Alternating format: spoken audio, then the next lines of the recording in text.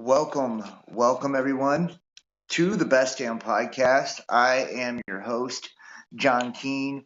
As always, I would like to thank you guys for joining me. Ask that you please add, follow, and check us out, www.spreaker.com/user/Best Damn Podcast. Also check out the bestdampodcast.tv. Follow me Instagram, Best Damn Podcast, Twitter, The Real Best Damn, and wherever you're watching from, please make sure to hit that like, give us a thumbs up, share this link, get it out there the way new people can find us, and leave a comment. Let me know what you think, and let me know if any of tonight's messages resonate. And don't forget to subscribe, click that bell. That way you can get all future notifications. And keep in mind, guys, we are completely viewer powered. That means we're funded and supported by you. So consider donating, supporting to the channel. The links are in the description box below. PayPal, Venmo, Patreon, Cash App, or Facebook Messenger Pay.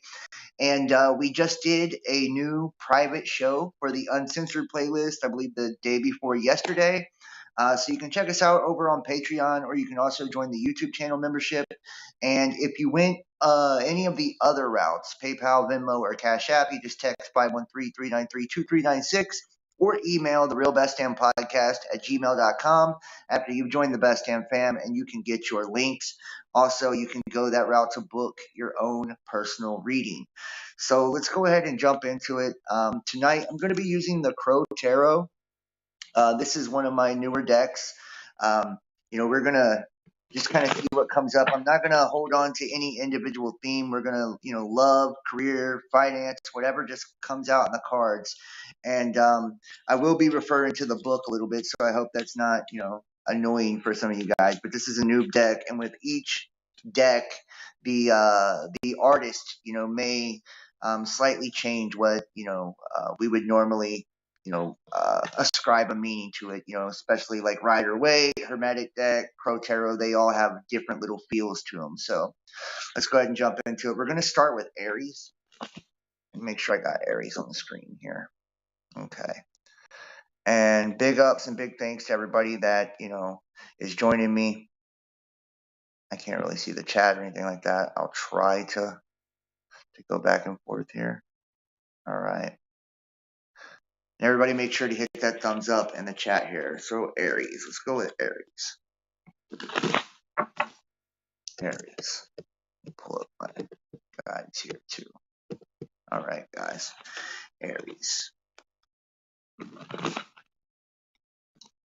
And by the next time I do a tarot video, I should have the dual camera action going on. I have it set up, but I haven't put it into play. I still need to get some more equipment to kind of make it work right, and that's why I haven't wanted to do it. I didn't want to half-ass it. The next time I do a tarot video, though, I should have the dual camera action where, the overhead view of the cards and all of that. I'm still working on exactly how I want to do the tarot setup. And if you guys have like any in particular spreads that you guys like, or if there is any thing in particular you want to have readings on, I would love to hear your ideas. You can put them down in the comment section below, or you can email me or DM me or whatever. But whatever would make you more excited about tarot, whatever would make you more excited about these readings, and whatever you think would make them more beneficial, for all of us. So I'm always open to new ideas. And also, those of you, I know a lot of you guys read tarot and stuff like that as well. Those of you who do read, you're more than welcome to read along as I'm doing this, because tarot is divination, so it's intuitive predominantly. And if you get something different from the reading, you can put what you got down in the comment section below as well. So.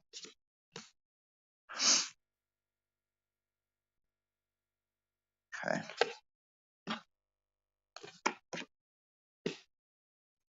Yeah.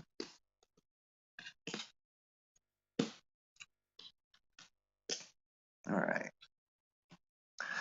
Okay. So we start here with the Three of Swords in reverse. The Three of Swords in reverse is a sign that some time has gone by, and we're finding it difficult to let go of painful situations or perhaps holding on to old grudges. This is an excellent time to take inventory of our feelings and ask ourselves which ones are preventing us from living or loving. So, Aries, you're represented here by the Three of Swords, and I find this very interesting. It's in reverse, and it's saying that you are struggling with grudges. Some of you guys are struggling from moving on from the past, old pain, old hurt, old conflict. Let's see what that's about. We have you crossed by death. So quite obviously, this could mean a number of things. A lot of people see the death card. Here, let me go ahead and show you guys too. Here's the Three of Swords here. Look how cool these cards are, by the way. This was a gift from a girlfriend, an ex-girlfriend. And here's the death card, right? So you guys having this trouble, letting go of a situation, a painful situation. Obviously, anytime I see swords, my mind tends to think that, maybe there was deception or things weren't, quite clear. Sometimes it can be sharp communication as well, just kind of jabs back and forth, literally, verbally. But seeing that you are the challenge position is death, it makes me think of a harsh ending, right? An ending to some type of cycle, an ending to a relationship or a scenario, a job. And when it comes to tarot too, I like to kind of think of it as storylines. So sometimes I'll get, one predominant story in my mind, or sometimes I'll get two or three stories, And in this situation, I think it could be one or two stories here. I think one story could be that, you guys are holding on to a grudge from perhaps a relationship, a relationship where communication wasn't that good. Perhaps there was arguing, bickering, shit like that, back and forth. Maybe even deception and lies, somebody not being forthcoming or being, totally open and honest with, who they are and, the things that they're doing. And the challenge is because that's come to an end, right? The end of a relationship. Perhaps you're just now to the point where the other person's moving on, right? Nothing is worse, right? They say success is the greatest revenge, and I truly, truly believe that. Nothing is like a kick in the nuts worse than breaking up with somebody, and on your way out, you're telling them, you're like, yo, you're never gonna find nobody like me, and then like a month or two later, you see them with like a super handsome dude or a super beautiful woman, and they're happier than ever, right? Like, so sometimes that can be a hard pill to swallow, right? Like, sometimes it's a little bit to chew. So, in the past here, the recent past, we have the Six of Cups. The Six of Cups returns to the place of youth. It's about youth in the search of finding the inner child. He stands in the field of cups, filling his heart with healing memories. And here, let me show you the card here. I just want to get this. Healing memories and of a time that was less complicated. If you've been feeling overburdened with day-to-day responsibilities, the Six of Cups brings a message to take a break and remember the moment in time when you felt free to just enjoy life. Whether it's a trip to your hometown or maybe a favorite vacation spot, it's time to recharge your spirit. And see, and look, doesn't that make sense with the story we have so far, right? Kind of like sitting back in this bitter energy, this grudgy type of energy where perhaps there was a falling out, there wasn't really good communication, maybe somebody wasn't honest and upfront. And then you have the challenge of a death, which is an ending to a cycle, an ending to a situation, or it could be a literal death, right? Somebody could have died or passed away and maybe didn't end on the best of terms. And then in the recent past, right, you have kind of feeling overburdened, like you need to take a vacation. It's telling you, like, it's that card that says, hey, tap into the inner child, tap into, what makes you feel youthful, young, exuberant, with that fire, because you're feeling the stress, you're feeling the burden. In the immediate future here, we have the Two of Pentacles. And let me show you the card here. And I like to go to the book on this one because, like I said, I haven't worked with this deck too much. I'm just now getting to where I like to use it. So, Two of Pentacles here. Here we go. Life offers infinite possibilities. The crow is in constant motion, juggling her day-to-day responsibilities with goals and aspirations. It's only through devoting time to both that they remain in balance. The Two of Pentacles is a reminder to ensure that the small daily tasks are not dropped because doing so could jeopardize long-term goals. The Pentacles ask that you take inventory of responsibilities to make sure that you are managing everything. Okay, so it's saying don't get caught up, in your feelings too much. It's, obviously there was something that's got you kind of feeling stuck. It's got you in your feelings, right? If you look at the Three of Swords, that's I'm in my feelings card, right? It's like I'm in my feelings card. I'm grudging over something. I'm stuck over something. It's hard for me to move on or hard for me to let go. Why? Because it's death, right? The ending of a situation, right? And then you see here, the Six of Cups, needing to take a break, needing to take a vacation, tap into your more youthful side because you're feeling overburdened, and then we're being reminded in the near future not to let this overwhelm us, not to let this kind of, take us over to the point that we're being, neglecting our day-to-day shit, our day-to-day responsibilities, because we still, no matter if there's an ending to a relationship, a job, or, a situation, whatever, we still have long-term goals, right? It's like you don't give up on life just because you get dumped or your relationship ends. You can't just quit on everything. You can't quit on you, right? Like, or if you get fired from a job, it's like you still gotta pay the bills. You still gotta make shit happen. So it's like you gotta find a new job. You gotta find a new way to make money. You gotta find a new hustle. You can't give up on the long term. You can't give up on the long game. Or even give up on the day-to-day shit that has to be taken care of. Like we have to bathe, take care of our appearance, exercise, take care of our health, try to eat right. We can't just, let all that shit go to the wayside, just because we feel like giving up and just because we're stuck in our feelings over a harsh ending, And I do believe, because it is the swords, that it was a harsh ending, that there probably was words that were exchanged. Not everything was too friendly. In the subconscious, we have the Ten of Wands. The Ten of Wands, that's underneath. That's what you don't see. It's what you're not aware of. And the Ten of Wands in the crow. From a distance, the Ten of Wands didn't appear so big to the crow. However, once committed to carrying the wands, the crow quickly questioned whether or not it made the right choice. And if it is if it is now unable to manage the task, was the treasure worth the effort? This card is a message of caution. You may have taken um, on responsibilities that could prove to be a bigger burden than anticipated. The Ten of Wands also may reflect on an inner strength that will assist you during a time of struggle. So it's saying, man, you're taking on too much, and it's like this is feeling like he's got that big bundle of the wands and he's trying to fly, but the shit's heavy, right? It's pulling him down, it's weighing him down. That's why you're being reminded not to let your day-to-day task fall to the wayside. That's why you're being reminded you need to focus on your long-term goals. It's like this heavy burden, and whatever is weighing you down, whatever has got you in your feelings, got you feeling stuck, and to the point where you feel like you need a vacation, you need to tap into your youth. Like it's saying, like you may have bitten off more than you can chew, and this is what you don't see, right? This is in the subconscious. This is underneath. This is what you're not aware of. And it's saying maybe you need to be aware of this. Maybe you need to realize that you're taking on too much in life, too much responsibility, too much burden. Maybe you're trying to help out too many people. Sometimes we can put ourselves in situations where we spread out. I do this sometimes. Like, and I used to do it a lot, years ago. I would spread myself so fucking thin to where like I had none of me left for me, you know?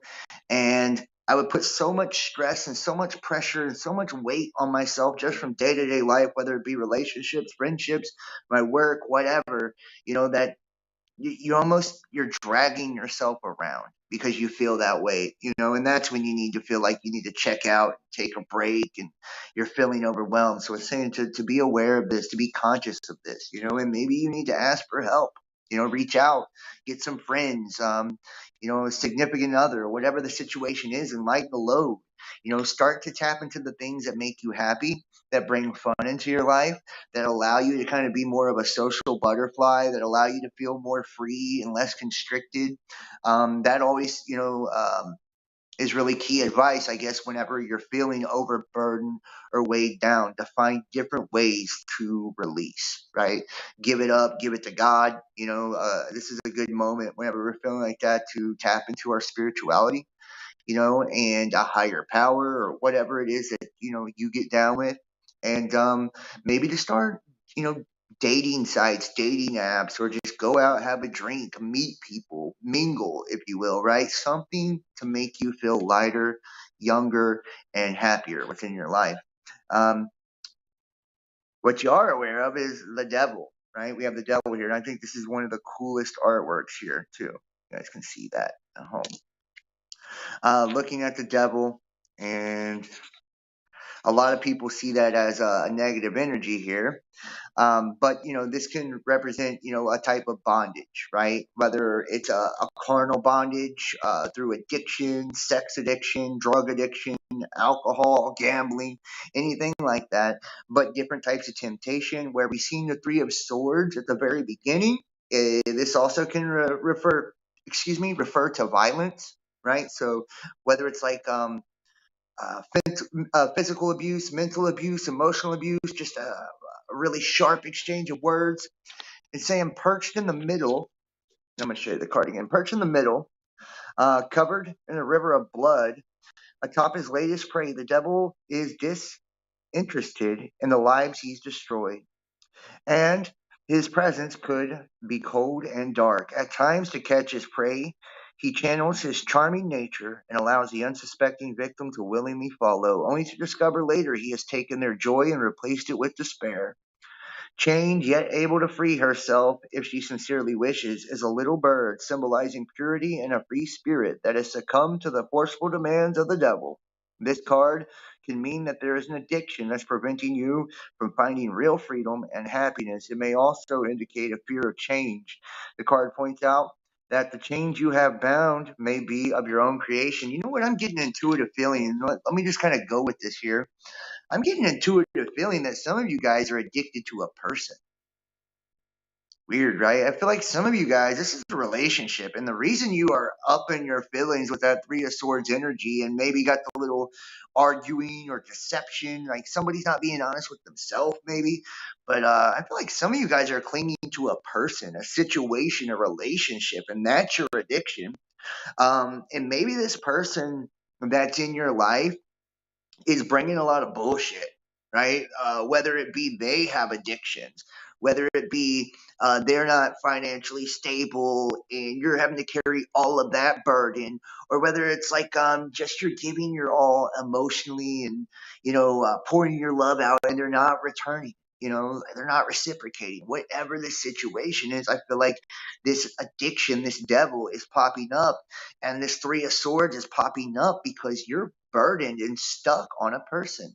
And it's you, your own prison that you're creating. It's you that won't free you, right? By letting this person go. And this is what, this reading, it's got that overall feel of like needing to take a break, being overburdened, feeling stuck, like all of this. And to me, it really feels like a relationship. It really feels like it's you that's clinging on to the relationship. It's you that just won't let go. And maybe it's pride, maybe it's lust, maybe it's convenience that has you doing this. Maybe you guys have children together. I don't know. But what I do know is, sometimes it hurts a lot, guys. Nobody likes breakups, nobody likes endings, and we have the death card, so it says it's over, right? It says this needs to come to an end. Whatever this is, it needs to come to an end. Nobody likes endings, but sometimes we have to just let people go, let situations go that no longer serve us, no longer serve our higher purpose, our higher good.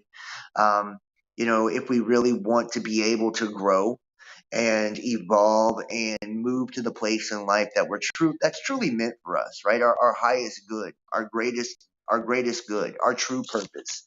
So let's pull a couple more. Excuse me. Let's We'll cover more. Aries.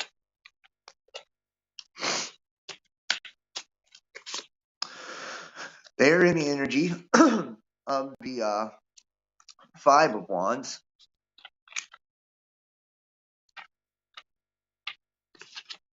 Show you the card here.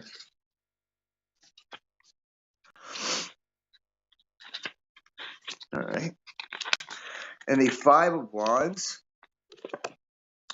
5 crows appear in the sky.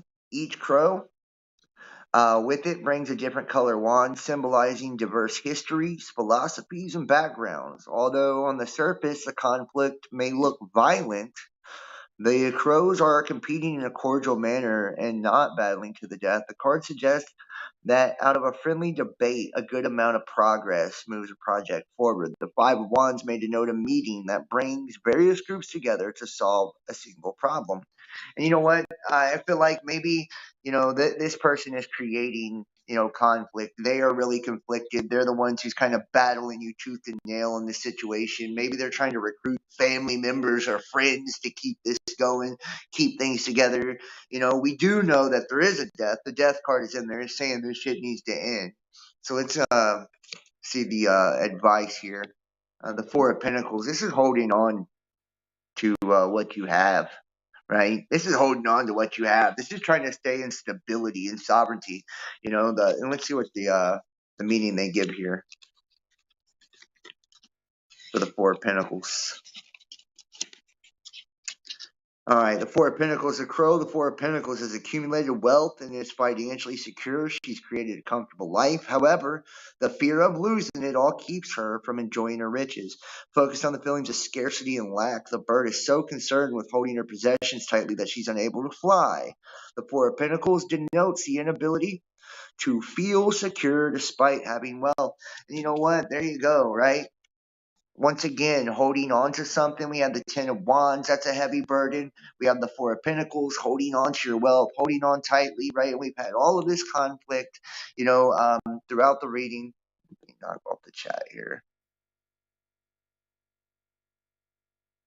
Okay, there we go. We've had all this conflict throughout the reading, basically suggesting, that, and could this be that you're holding on to this situation out of convenience because it provides financial security, because you get stability, or is this a situation where, and I feel like kind of two different stories here, in one, perhaps the burden and the reason you're holding on is for financial security, financial ability, but in another story, and this may not be for everyone, in another story, I feel like they are taking advantage of your finances, and it's saying before this person drains you, before this situation drains you totally financially and mentally and emotionally, like you need to let go, you need to put it into this. All right, hopes and fears, the Six of Wands. Let's go ahead and get the outcome. All right, you need the Six of Swords and the Seven of Swords. Wow, we got 6-7 right here confirming.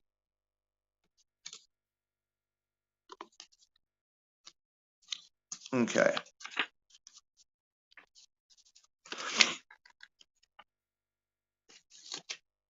Okay, the Six of Swords. Let me pull it up first. The Six of Swords through the Crow. The Crow makes a trip over choppy waters in pursuit of a better life. Along the way, he's lost a few feathers, but it's a sacrifice he made for the chance to rebuild and start over. The Six of Swords denotes that it will require you to cut your losses and begin anew. And see, and this is in your hopes and fears position, your hopes and dreams position. This is you wanting a new start. Right? This is you needing to cut your losses, you needing to move on, you needing to let go, and we look at the Seven of Swords here too. The coming trickster is now trying to fly away with the stash of shiny swords before the other crows can get them. But there may be too many for him to carry. Nonetheless, he's pleased with what he can take. And notice too, your person's position was talking about having friends and, finances and shit like that. You have the outcome of the seven swords of them trying to be deceptive and steal, right? It's a card of deception and like taking things by means of deception. And could it be, you're also getting the advice to hold on to your pinnacles, right? So I really feel like Aries, you need to be careful. Whoever you're dealing with, I feel like they're trying to pull the okey doke on you. You have been heavily burdened. I feel like you're not just burdened with responsibility. You're not just burdened emotionally. I feel like a lot of you guys are burdened financially, and I feel like it's a direct result of whoever you're with, right? And this, remember, energies could be, vice versa, right? But somebody in this relationship has been burdened with the finances, been burdened with basically carrying the whole load. Um, and you are feeling stuck. You're in your feelings, right? There has been, a lot of deception. A lot of things weren't what they appeared to be.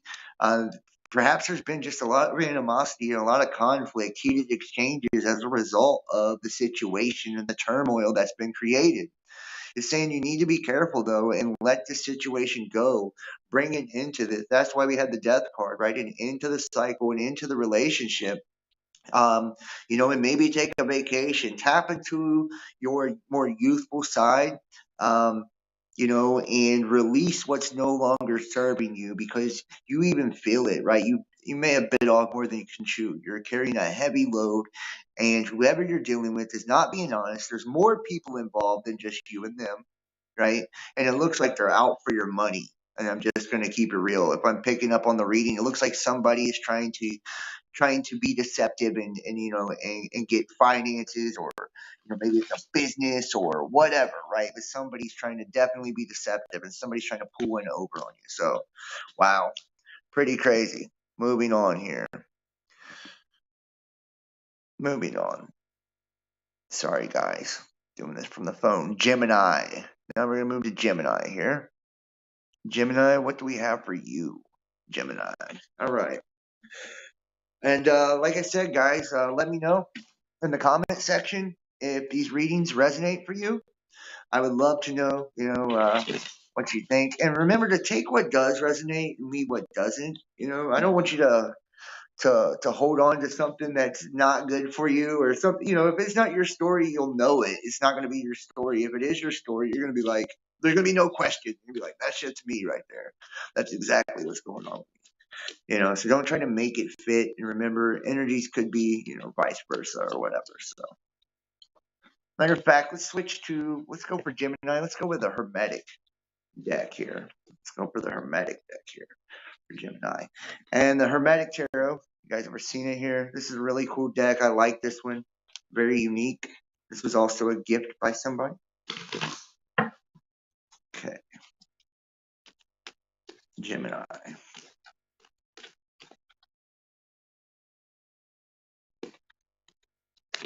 Ooh.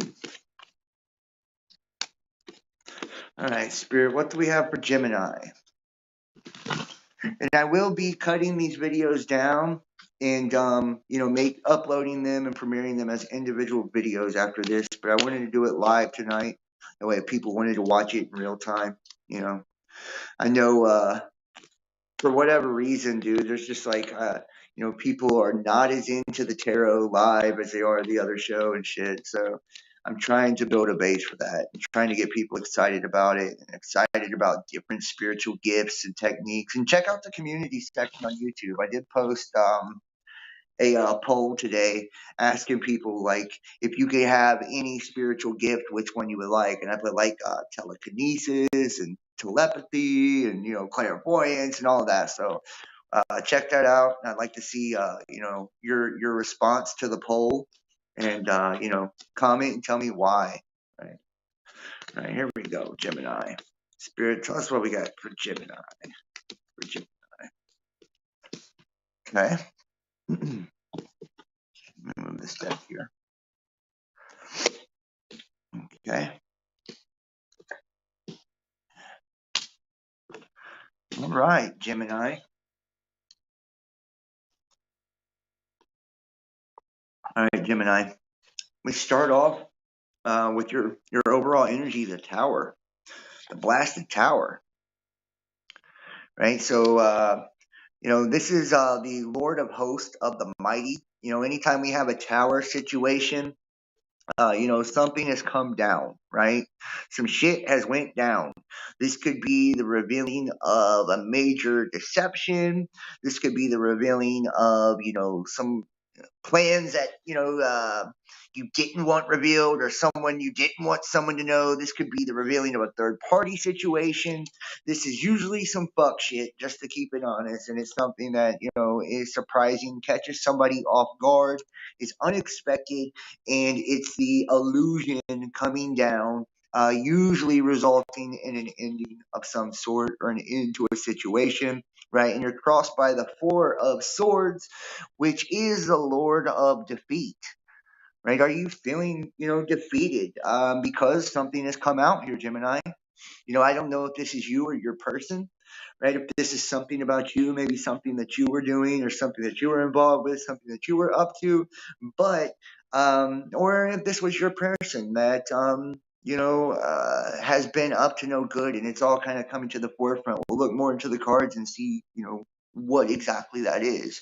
But whatever it is right now, the challenge is you feeling defeated, right? The Four of Swords, right? It's got you feeling down. It's got you, feeling like the situation has beaten you.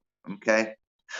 In the immediate past, the Ten of Pentacles, right? The Ten of Pentacles, that's the Lord of Wealth. That's like the ultimate wealth, right? The 10, and I also see the Ten of Pentacles as like, ultimate manifestation, not just of wealth, but of like dreams, right? That 10 is like, to me, like that's a gold card, right? Like that's one of the major goals. Whenever we see that Ten of Pentacles, that's like, when you're trying to get somewhere, you're trying to get to the 10.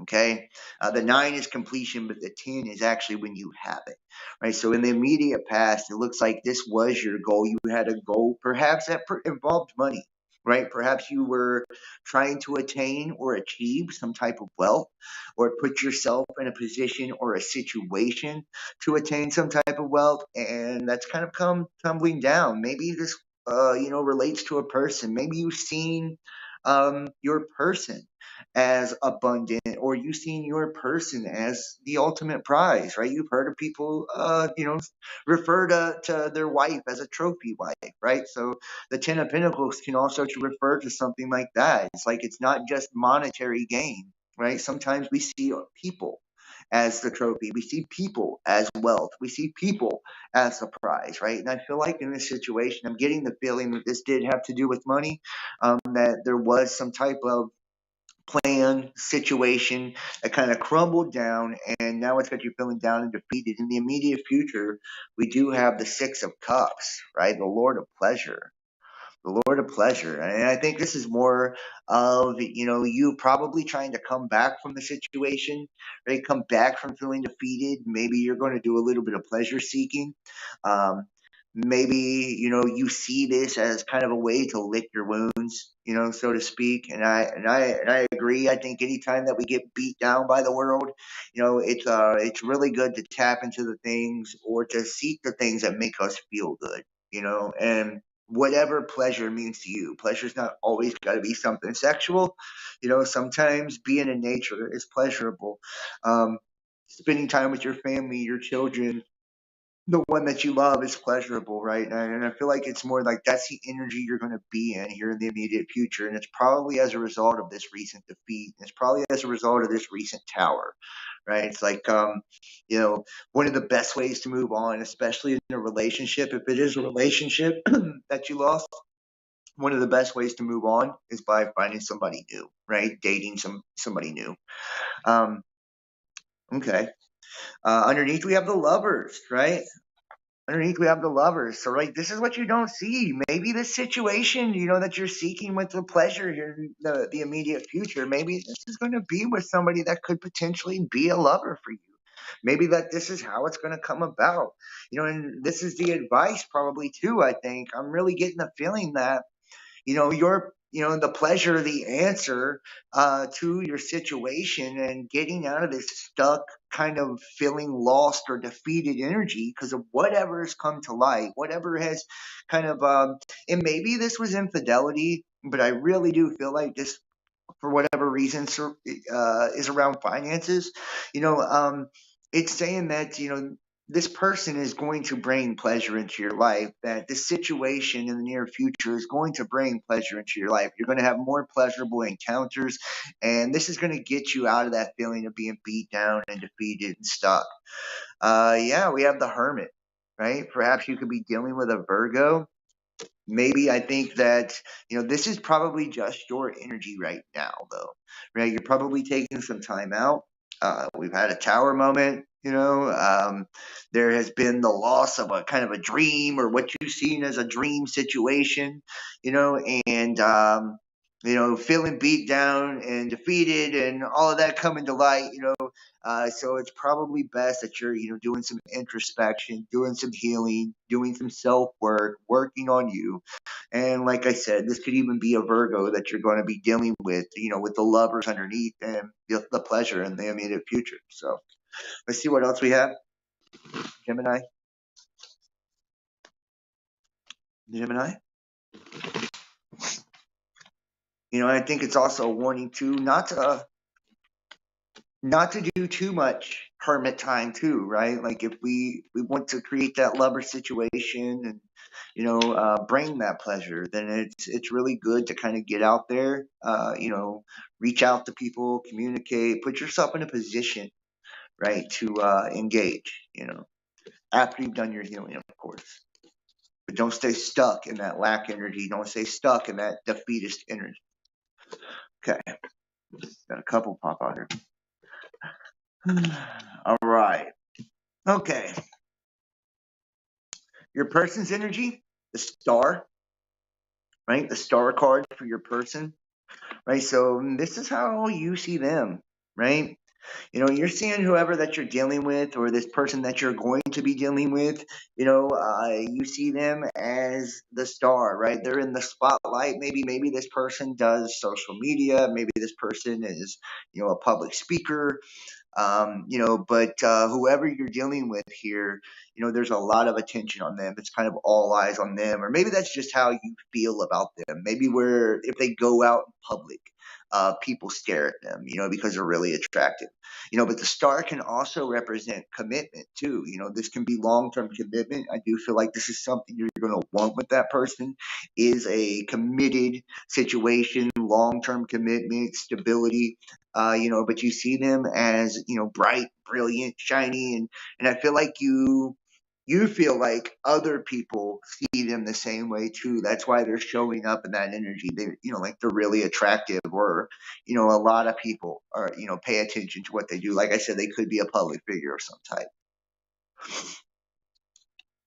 Me.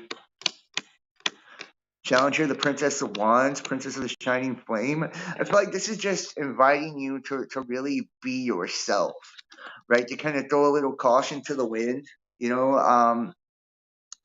step out of your shell, and maybe this is what brings that pleasure in the immediate future. It's asking you to shine, and I feel like it's asking you to tap into more of your carnal side. To me, you see here in the card, she's got her shirt off there, right? A little bit of nudity, and you got that kind of tiger spirit, that feline feminine spirit. It's telling you to step into your sexual energy, to explore, perhaps tap into the things that make you feel empowered, right? And tap into the things that are your strengths and really embrace you and use you and your energy to your benefit in the situation. Hopes and dreams, we have the Six of Pentacles, material success, right? Material success. I feel like, your future endeavor here, whatever it is you're working on, that you see as, as pleasurable, and that clearly has some type of carnal connection, whether it be with, a Virgo or whatever here, this star energy. That this is going to come to fruition, right? Real world fruition. That, this is going to, maybe you're not going to get the original, gain or wealth that you was looking for with the Ten of Pentacles in the past. right? That kind of led to this letdown and feeling like you're beaten or defeated. But it does look like there's going to be wealth, there is going to be abundance, there is going to be prosperity, and I feel like it's not going to be too long off before this happens. The outcome is justice, right? This is bringing balance to a situation. And think about it. We had a tower right off of the rip. So whatever it is, what that came out and that left you feeling beat, or caused this loss in your life and cost you that 10 of Pentacles, whatever it was that you seen as your dream. That justice is being brought to the situation. We have the Lovers. We've had, pleasure, we've had carnality, I feel like there's going to be a lot of sexual chemistry between you and this person. I feel like this is going to be a really exciting dynamic, that the two of you are there's going to be sparks, man. And, this is going to bring balance to your life. This is going to probably make you forget all about that tower situation and whatever it was you lost. No, it wasn't the 10 of Pentacles that you're getting, but at least you're getting the 6 of Pentacles, and that is success, that is wealth, that is abundance, and shit. That can be a 10 one day. That's 670, right? You're starting over again, right? It's a new start, a new beginning. Really cool. Moving forward, Taurus. See what we have for Taurus. Did it change on the screen? All right, there we go. Taurus. All right, Taurus.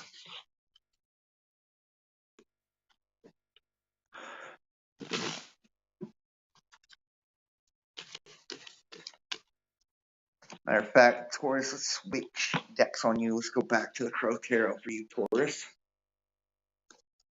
I'm going to switch decks throughout the night, guys, so I just want to use different ones, get different energies, whatever I feel called to do here. Taurus, Spirit, what do we have for Taurus? Taurus, Spirit, tell me what Taurus needs to know. Love, career, finances. Taurus.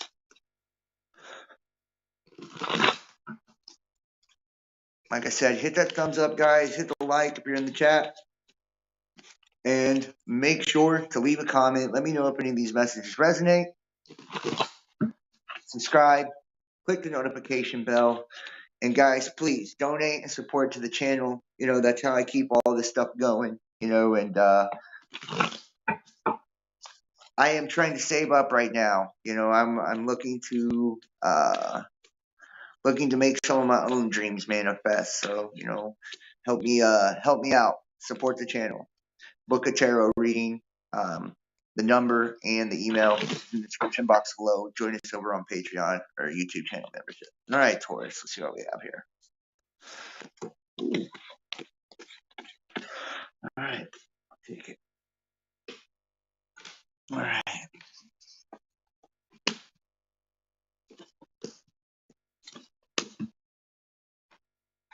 These cards.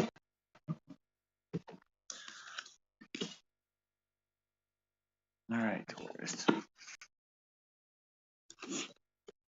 All right, Taurus. Right off the top, we have the 10 of Wands. Right, this is a heavy burden. I feel like this is, and this is your energy. This is what you're sitting in right in the moment, right? Being weighed down by something. And maybe perhaps you're not even, sometimes in this, 10 of Wands energy, you could not even be totally aware that you have bitten off more than you can chew. And that's what this card is to me. It's like the bitten off more than I can chew card. It's like I'm holding on to something. I'm holding on to a weight.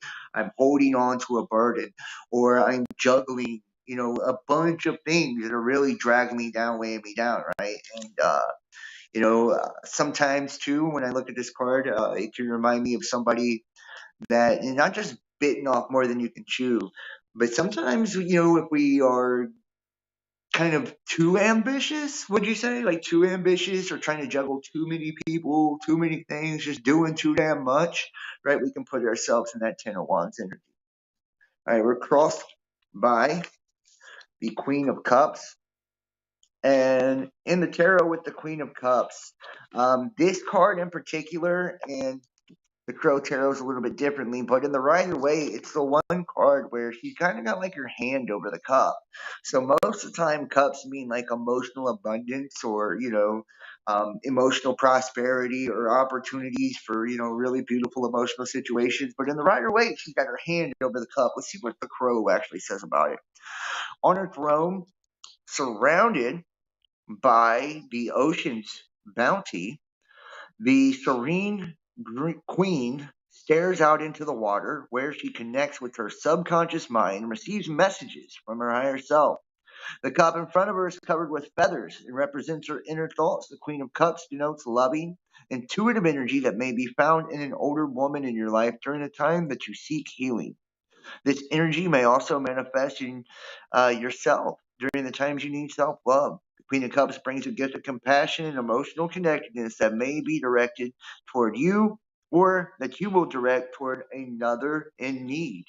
Okay, I like that, right? That's really good energy, especially if you find yourself in the Ten of Wands energy, being weighed down, overburdened, kind of biting off more than you can chew, taking too much, right? And, a lot of times that older woman that gives the advice or kind of brings stability to the situation is your future self, right? This card has a lot to do with your higher self.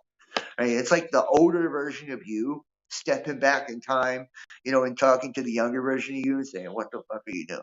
You know what I mean? Like, you're gonna regret this, or like that kind of shit. Trying to get your head on straight and bring that love and that nurturing and that healing to you in your current situation, in a way that's going to help you in a way that you need. But this also can speak to you needing to be more loving and nurturing, maybe to, whoever it is you're dealing with, but most definitely yourself, because it does show you in this, big kind of burden energy. Let's see in the immediate past. We had the Nine of Cups. The Nine of Cups. This is the immediate past.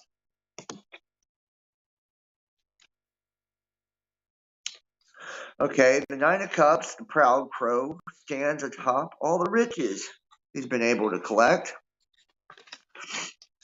and actively went after each desire. The positive energy of the universe conspired with him to ensure the fulfillment of his wishes. His mission is now complete. He can enjoy a life that meets all his needs and then some. He stands there feeling a bit superior, but also incredibly grateful for his life of leisure and comfort. When the Nine of Cups appears, be ready to accept all the abundance and joy of a wish fulfilled. You've earned it. Well, and this is in the past energy. Right? This is in the past energy. Maybe you entered into a situation that appeared to be very abundant. And, this can kind of speak to carnality as well, too, right? Like or arrogance, he's sitting there proud on top of the cups, sometimes being a little too proud, right? Or a little too arrogant about all of our accomplishments and the things that we've attained, especially if you're standing in that Ten of Wands energy, right? Weighed down by burdens. Sometimes pleasure seeking, and just kind of doing a little bit too much can lead to burdens or can complicate situations in such a way that it leaves you feeling weighed down or burdened, just dealing with too many energies, just doing too much, or maybe that's what you felt in a past situation. Maybe, you were dealing with a person that brought you that feeling, right? Like, kind of gave it to you on every level, and that's what kind of had you feeling rich and fulfilled, and even to the point to where we can get arrogant in that energy as well, right? Or be proud of that energy as well. We can be proud of, our accomplishment and how we're, fulfilled and balanced in our life, or, we can kind of take that for granted. So we'll see where that's going here. In the immediate future, we have the Emperor, right? The Emperor.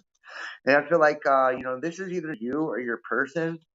This is usually a father type of energy, right? More of a masculine energy, father-like, authority, fair-minded, wisdom, protective. So first off, know that you are protected.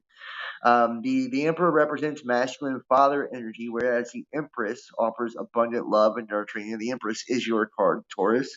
The Emperor brings a solid foundation of order and rules that provide security and stability. And you know what? Maybe this is you.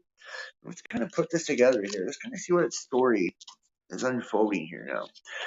Feeling kind of weighed down and burdened in your past energy.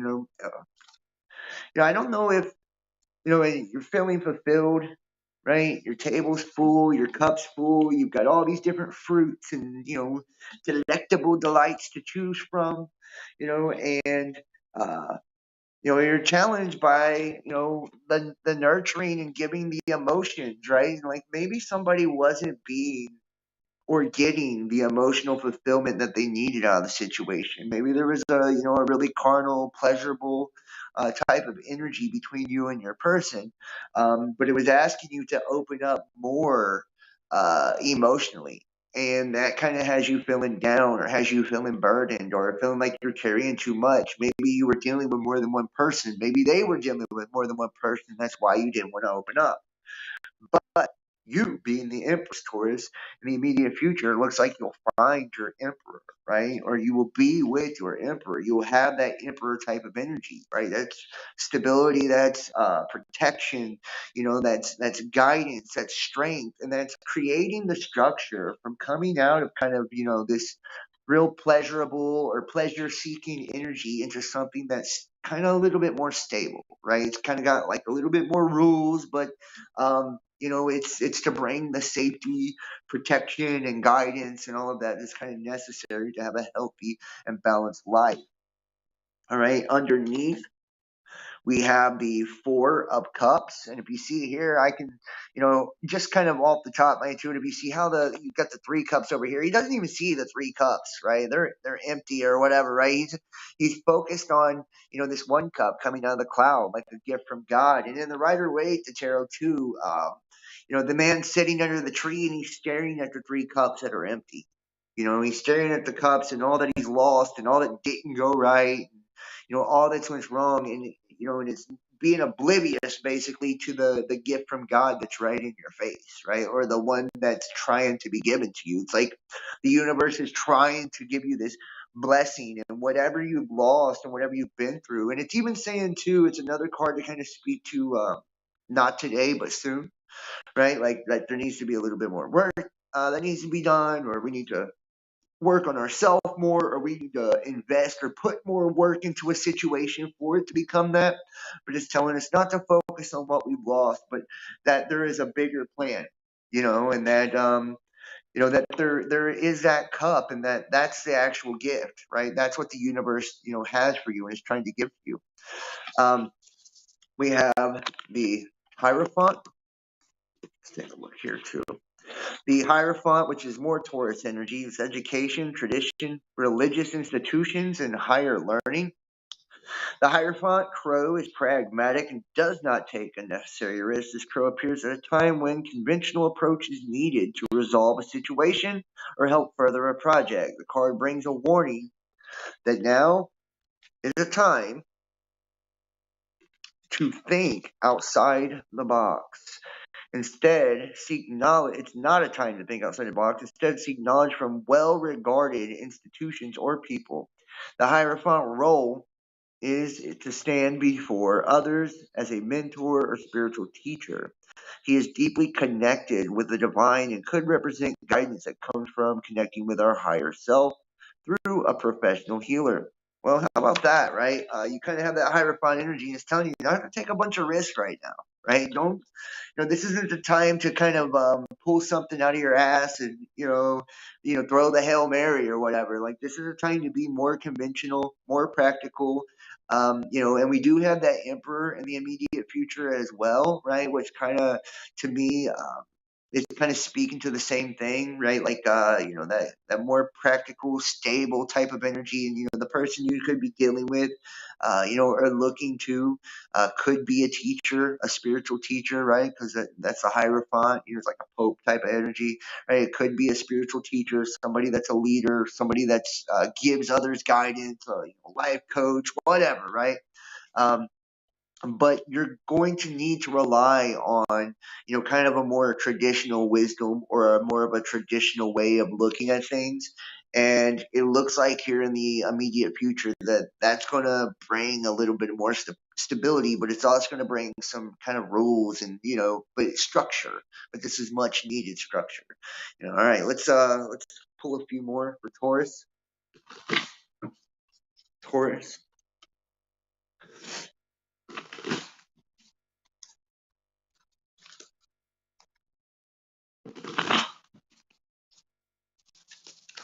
Spirit, what we have for Taurus.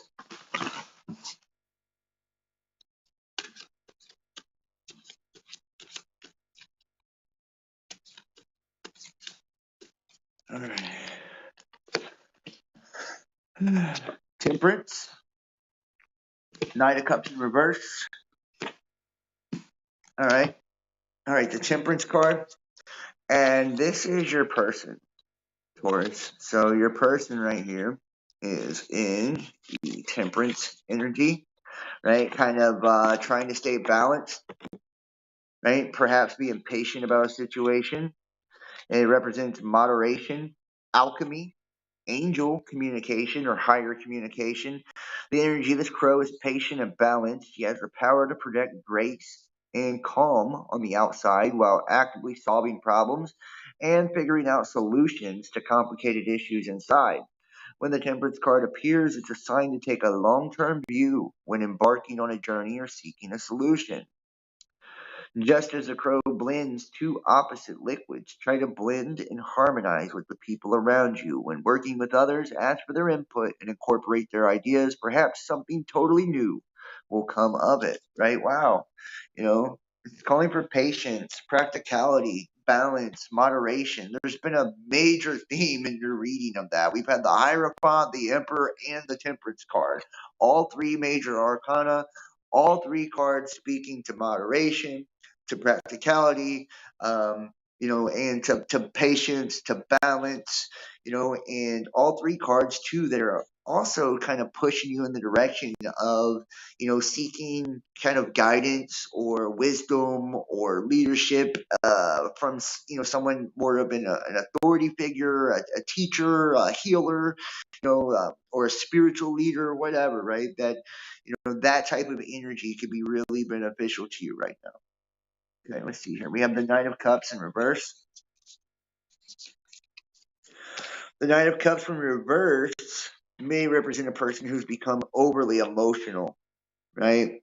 It may jump to conclusions without having all the facts. The Knight of Cups can also point to a relationship that's lost its creativity and become mundane. So I feel like this is your situation.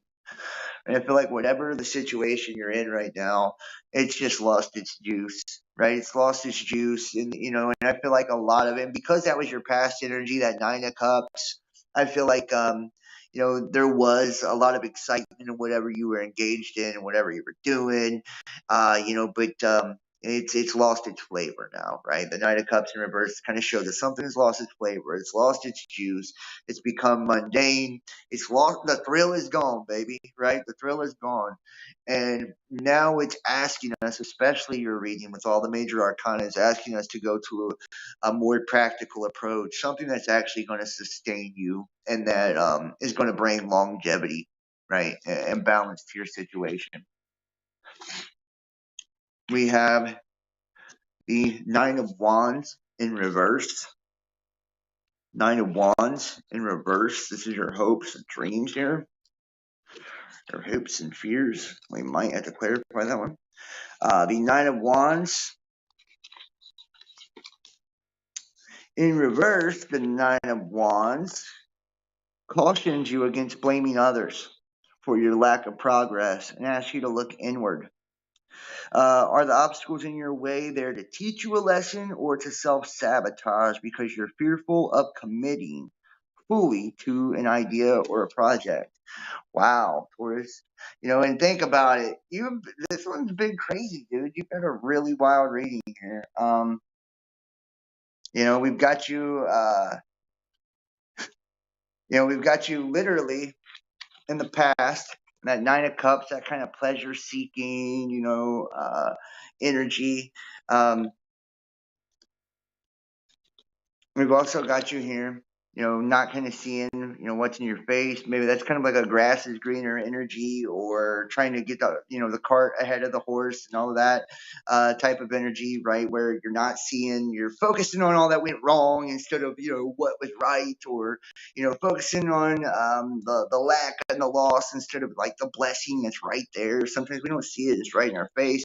The Queen of Cups, like I said, the one cup, or the one queen that kind of has her hand over the cup and can represent not nurturing, not giving emotions, or, and maybe that's what we're being asked to do. It's asking you to be nurturing to yourself, or remember, it's said to another. Maybe somebody here, you or your person, wasn't giving, all of the emotions, and in the past there was like just more of a fun flingy energy, right? Or doing things that were kind of more for pleasure seeking than anything, right? But this has kind of left you feeling like the juice is gone, the thrill is gone. Whatever it is, the relationship, is mundane now. It's lost its flavor. It's lost its juice, right? It's time to push ourselves towards something more that's going to bring out the creativity into us by, having a more of a nurturing situation, more of a stable situation, leaning on those with real wisdom, leaning on those that they themselves are balanced and overcome challenges and, adversity, right? This is what's going to help us overcome ours ourselves, right? And we have the Hierophant, the Emperor, and Temperance all kind of clarifying the same thing, right? And in the final outcome here, we have Page of Pentacles in reverse. Page of Pentacles in reverse. Page of Pentacles in reverse may manifest in the form of blockage. Take the Page of Pentacles in the reverse position as a warning. It's time to ask yourself if your enthusiasm has waned, or does your desire require more dedication than you're willing to give? Wow, dude. There's some type of blockage, right? We've definitely seen, we had the Page of Pentacles in reverse and the Knight of Cups in reverse, right? This is saying like the thrill is gone in a situation, that the juice is no longer worth the squeeze, whatever it was that you engaged in, and that it's now coming to a price that's too heavy to pay. Right, this is something more than that you're willing to pay. Maybe this started off as pleasure seeking, a thrill, fun, right, whatever, but it's led to, kind of a destabilization of your life is what it looks like, because everywhere around you, it's pointing, the Hierophant, the Emperor, Temperance, it's pointing to balance, it's pointing to moderation. So like I said, some of you guys could have been in a more of a thrill seeking mode, or, perhaps, in some type of fling, or, summer love, whatever, right? But whatever it was, it's no longer worth it. It's no longer got the thrill. It's no longer got the juice that it had before. And you're being warned, actually, right? You're being warned. It's, the cards are asking you to nurture yourself, perhaps to nurture your person, and, kind of push for a life of stability, more of that kind of father figure, spiritual teacher, Hierophant type of energy, and lean on that for guidance and wisdom to create more structure, right? And kind of get yourself out of the emotional jam that you appear to be in. So, really weird one, but very, very good message, I guess. Taurus, it's better to be warned. And yeah, on the bottom, the Empress, there you are, right? But in the immediate future, it looks like you'll have your Emperor. So, or that's what you, the energy you will be in, hopefully. All right, moving on. Moving on from Taurus.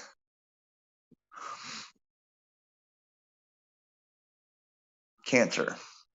Cancer, what we have for Cancer.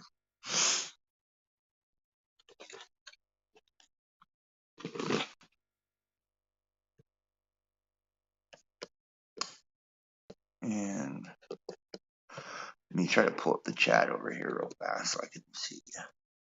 Everybody make sure to hit that thumbs up, guys. Share this link out there for me too, if you can. I would greatly appreciate that. And are we even streaming out here? Thank you. Thank you, Justin, bro. I appreciate that. All right. Yeah, it looks like we are. I guess it's getting out there. All right. Cancer.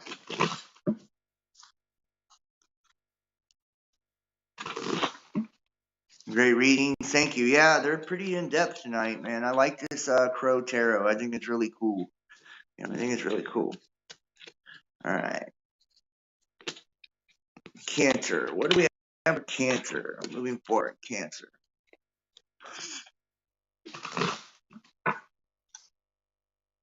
You was upset. You forgot to charge your phone. Well, I will be cutting these videos down. It'll probably take me till tomorrow, but I'll be cutting them down and then posting them or premiering them individually with the links for the extended readings for everybody. Like I said, join me on Patreon. You can get access to that, or you can donate in the links below. Get access that way. All right, Cancer. Let's go ahead and go back to the Hermetic deck here. Let's go back to the Hermetic. I'm going to switch it up again. All right, Cancer. Spirit, what do we have for Cancer? Money, career, and finances. Cancer. Money, career, and finances. All right.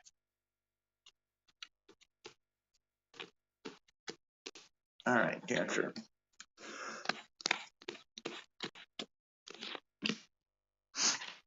All right.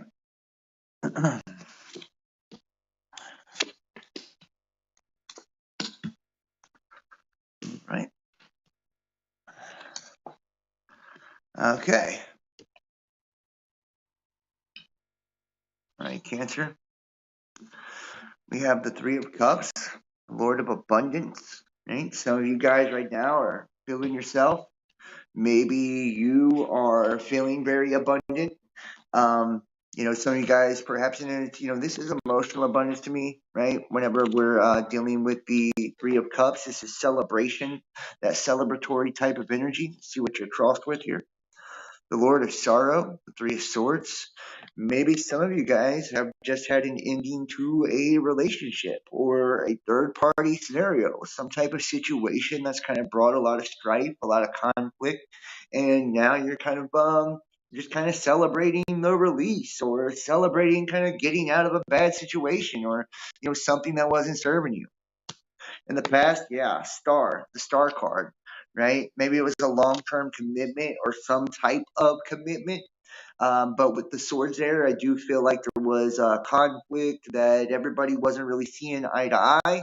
And we have 2 3s too, kind of confirming that maybe, in fact, there was a third party scenario. Or there was deception or, something that kind of brought, you're celebrating the fact that you're not in it. So there's that, right? The Five of Wands, the Lord of Strife. This is in the near future. I don't feel like the situation's over.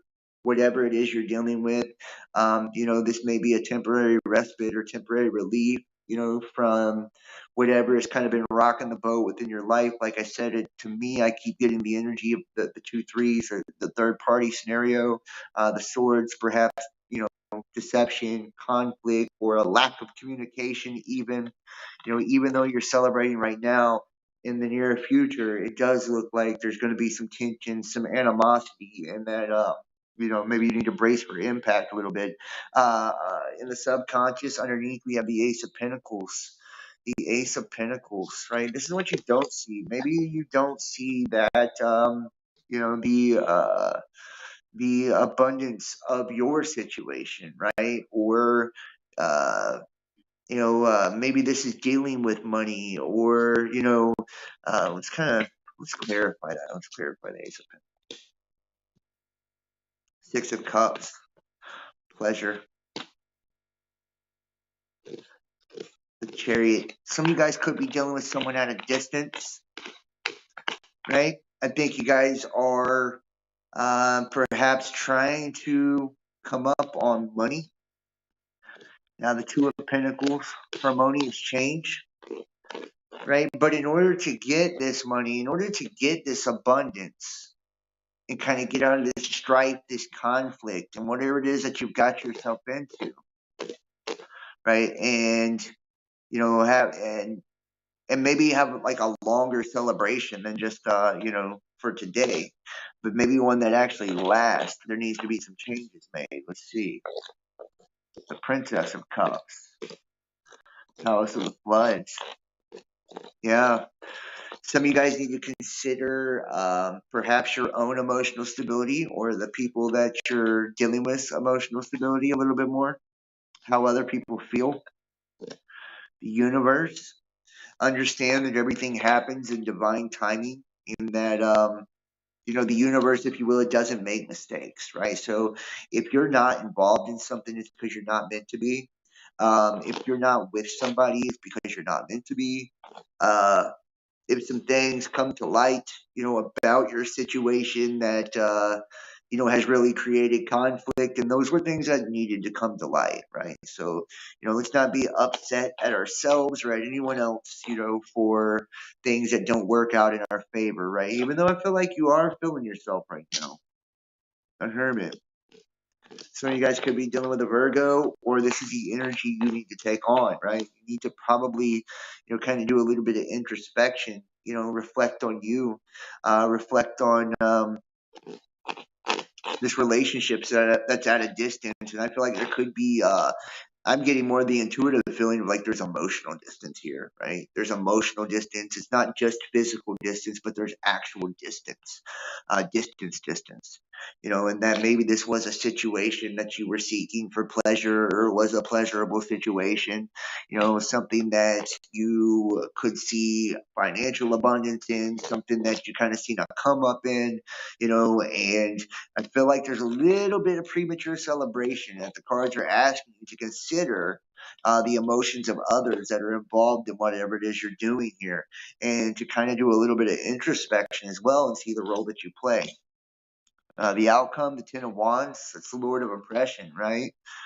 Some of you guys are taking on just too much, right? This, I hate to say it, but in the outcome here, it looks like you carrying a burden, right? Like a really heavy burden, and probably not being totally aware that you've bitten off more than you can chew. Once again, the Ten of Wands is my bitten off more than I can chew card, right? It's like somebody that, maybe you feel like, oh, I got the bag, I got the girl, I got, you know what I mean? I got it all, but you're not really seeing that this, whatever it is that you're holding on to, comes with obligations that you're probably not able or ready to fulfill, or roles or positions that, you're not able or ready to stand in, that type of thing. Or situations can call of you to let go of things that you're not willing to let go of, right? Or make changes that you're just not going to make.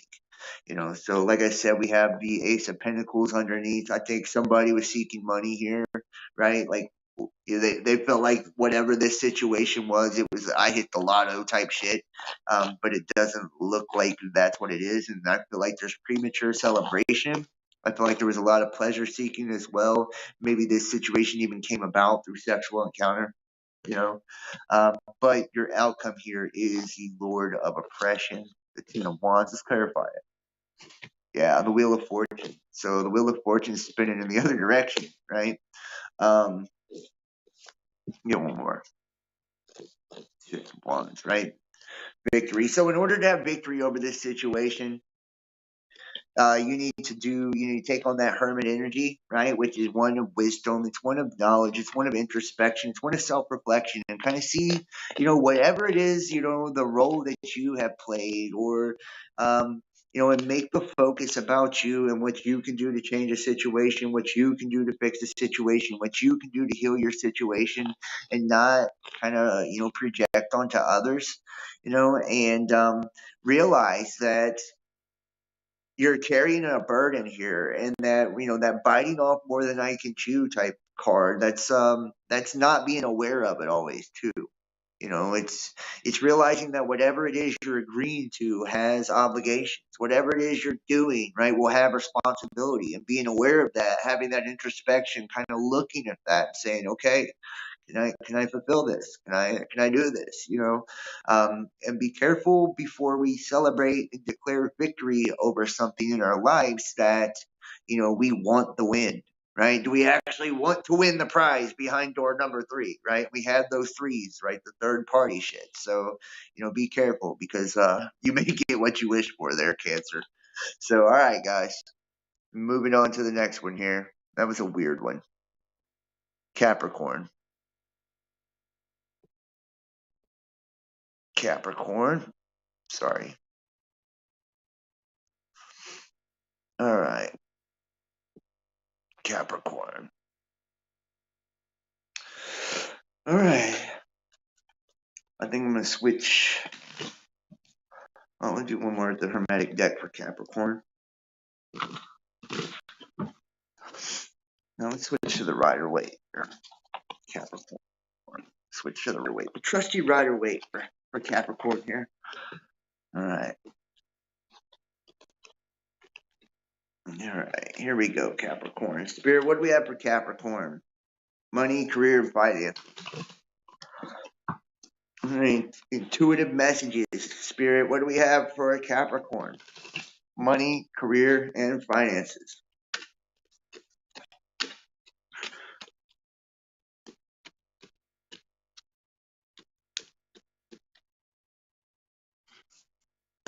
You know, the universe card is the only saving grace. Understanding. Yeah. Well, you know, I feel like got some weird readings tonight. Sometimes I get really specific shit, man. Sometimes it's like I don't even know what I'm talking about, but it's like what I just feel like I need to say. So, it is what it is. It is what it is. Not every message can be, you know, sunshine and roses. Okay, Capricorn. All right. All right. Wow. Interesting. Okay.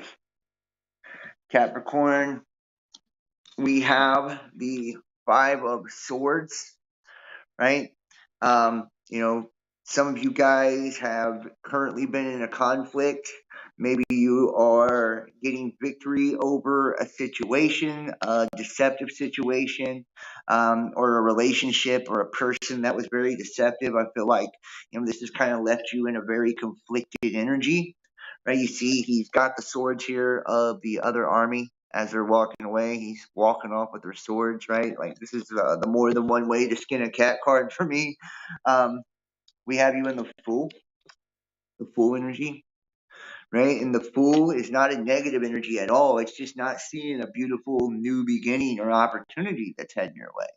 So I feel like I said, some of you guys are just coming out of this energy where you've overcome a very deceptive situation, something that maybe even left you feeling stuck, something you were very conflicted about, right? And maybe you took the high road. You know, maybe you had to walk away from somebody that, you know, we do have, and I'm going to get to the cards here in a second. We do have a lot of third party energy in this reading. We're going to get to it in just a minute. Previously, in the past, we had the Seven of Pentacles. You know, this is a couple that, you know, this card to me has a couple of meanings. One, it can just mean kind of working on your money, working on your finances, trying to get yourself together. But it can also be potential not realized, right? Like working on something that never came to fruition. Okay. And maybe in the past, that's kind of like where you guys were. You know, you were working on a relationship, working on a career, working on something or someone. You know, maybe this was Earth energy. You know, Virgo, Taurus, right? Working on something that kind of you felt had a lot of potential, or you put a lot of faith in this, you know, and you thought was going to bring a lot of abundance, but it never really manifested. It never was realized. And that's what's kind of got you sitting in this Five of Swords energy. Maybe there was just more conflict than what it was worth. Maybe there's too much lies, too much bullshit. You know what I mean? And now the challenge is a new beginning, right? And it's a new beginning you don't really see coming. In the immediate future, we have the Queen of Swords, right? It could be communication coming in. You know, some of you guys are going to be talking to, you know, your new person, or maybe this person from the past trying to come in and patch things up, trying to fix or heal the situation. I get the feeling, though, that there's not going to be a lot of sincerity to this. If the person's coming from the past, I wouldn't deal with it. Obviously, there's already been a lot of deception, a lot of conflict. Underneath, we have the Strength card. You know, I feel like this is you. You're being represented by the Strength card. You know, coming out of a place where, you know, and here, let me go ahead and show you this too, so I can kind of make the story make sense, right? You know, we have the Three of Swords as well. So coming out of like a third party, you know, scenario or a third party energy, and this doesn't always necessarily mean that somebody was cheating on you, but just that their attention was elsewhere, right? It wasn't focused on the relationship. They wasn't committed to the relationship, and maybe they were, involving other people, involving other parties. Maybe they were letting their family interfere or their friends interfere with the connection, whatever it was. It's kind of showing you and your strength, kind of holding your ground, sticking to your guns. Maybe your morals, whatever it was that was challenging you in this situation. And this person trying to come back, trying to bring, communication.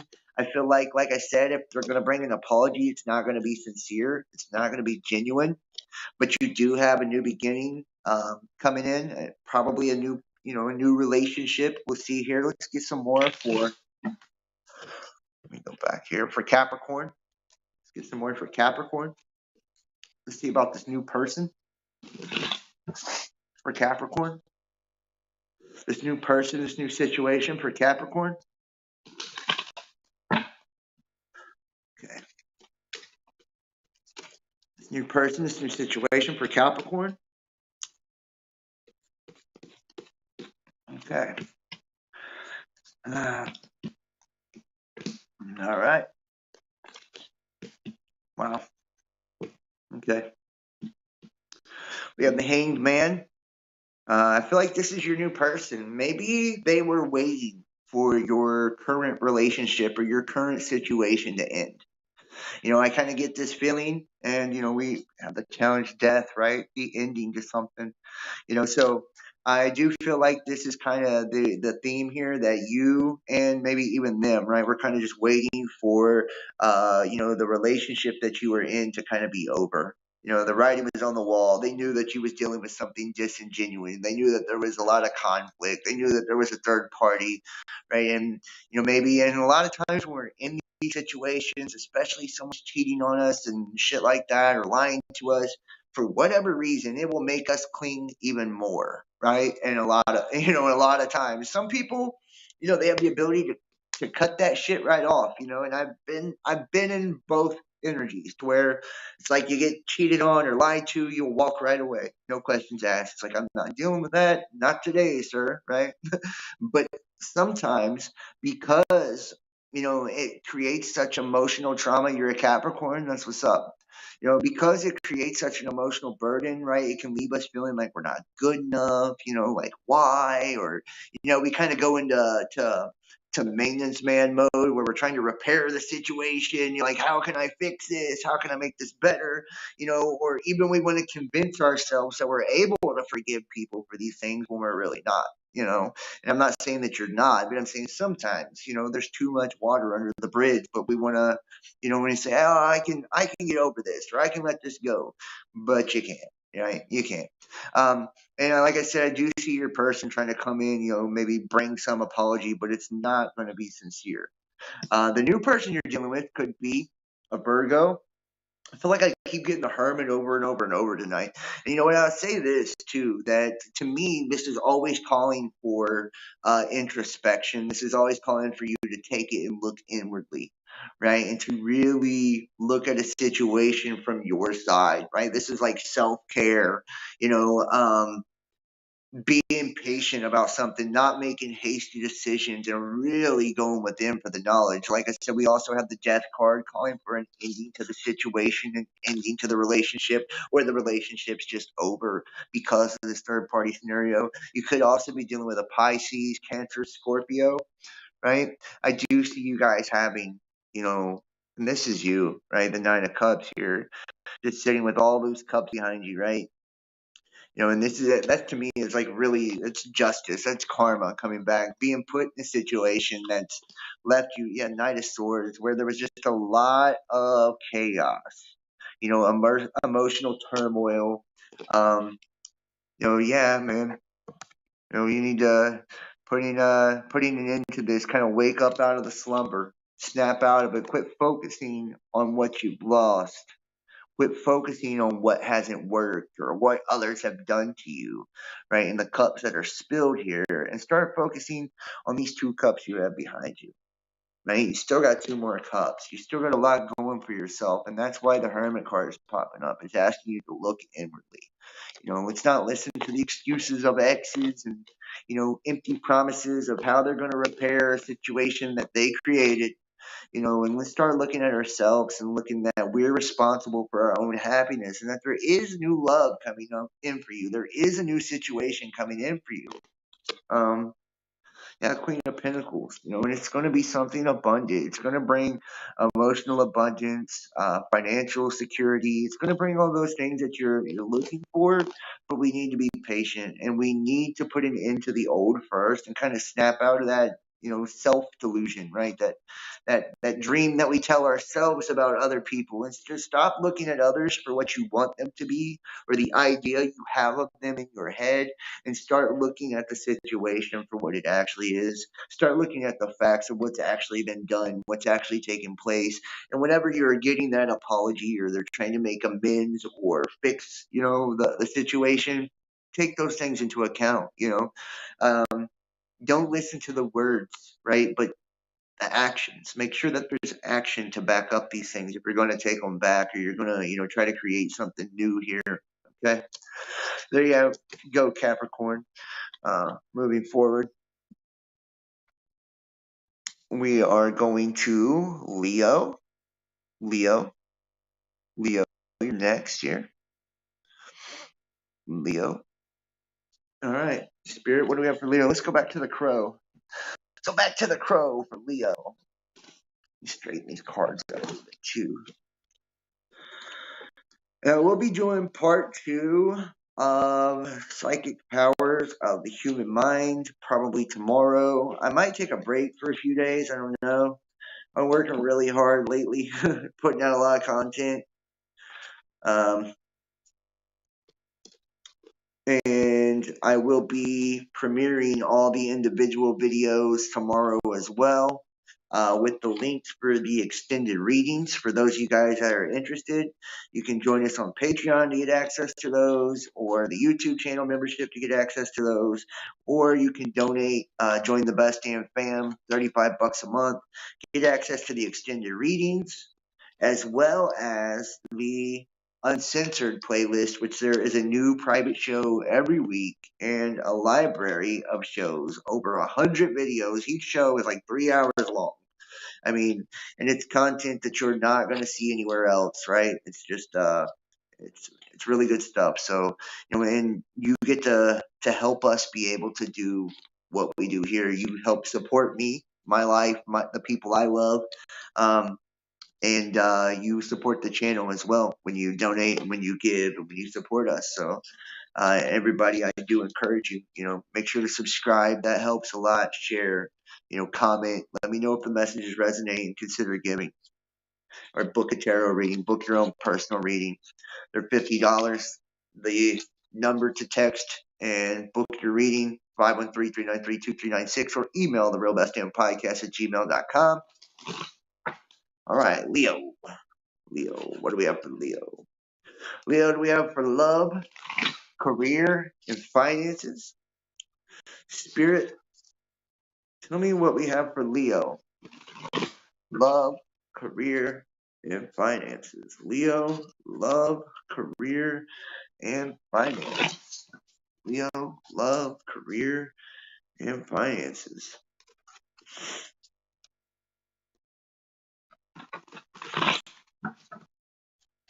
Leo, love, career, and finances. All right, Spirit, what do we have for Leo? All right.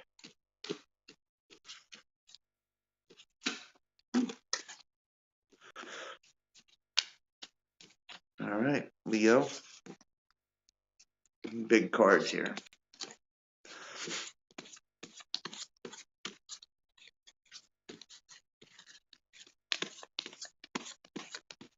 All right. Set these over here. Move this. Okay.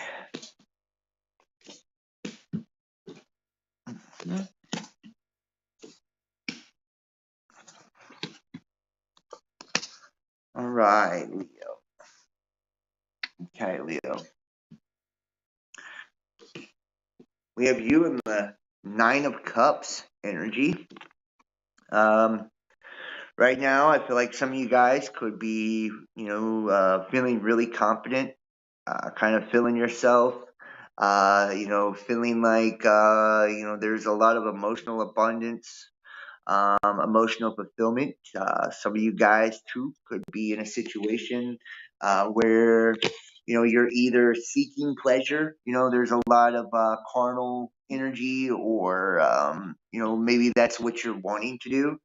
Let's kind of see what you're crossed with here. The King of Pentacles. Wow. Let's see what the meaning is here in the Crow book here for the King of Pentacles. Okay. Yeah. All right. Here. And here's the artwork for that one too, guys. All right. King of Pentacles. It would be hard for life to get any better for this King Crow.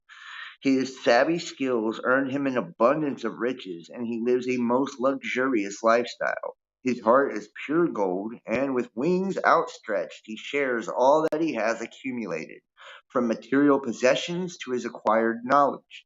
He is always ready to help those around him reach their potential. The King of Pentacles brings a message to live a life of determination, grace, and a good heart.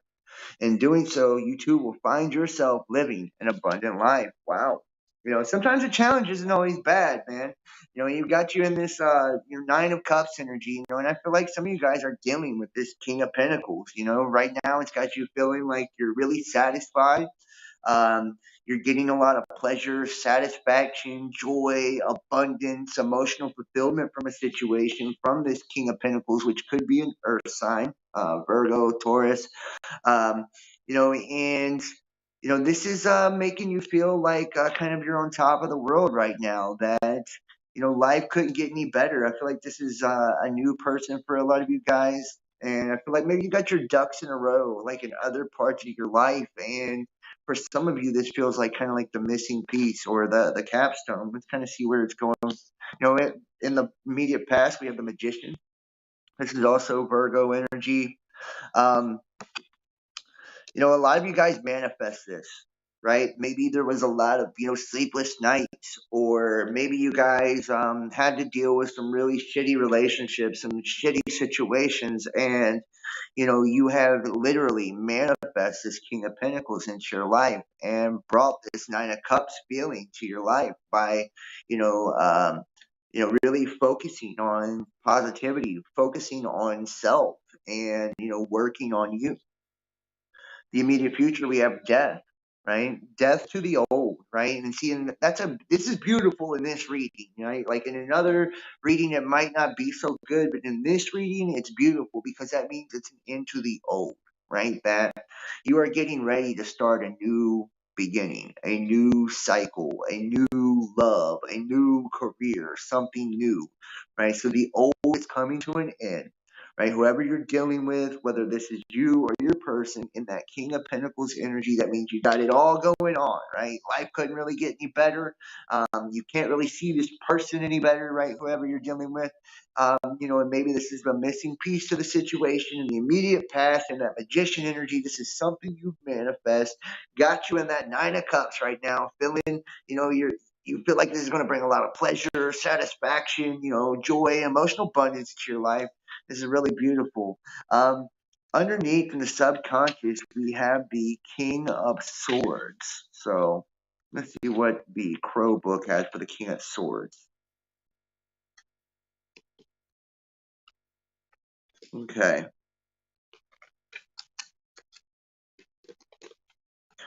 The King of Swords here. It says the King of Swords is strategic and a logical crow, using methodical steps and processes. He is the one who figures out positive solutions to benefit the group. His strength and poise set him apart from the flock. The bird is comfortable in the role of leader, but is not power hungry. The energy of the King of Swords will bring a prudent and clear vision of success to the situation. The king may enter as a trusted advisor or may indicate that you are a source of reliable information that will benefit others. Wow. So, a lot of you guys are being really strategic, or your person is being really strategic with how you guys are dealing with each other. I feel like especially if there is an ending to an old kind of karmic situation and this is a new beginning.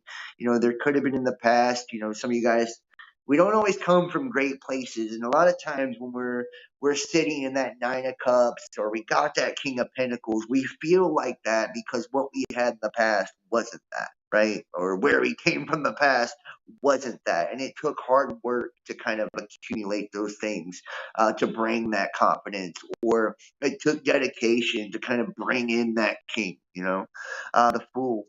Right, this is you right now. This is beautiful.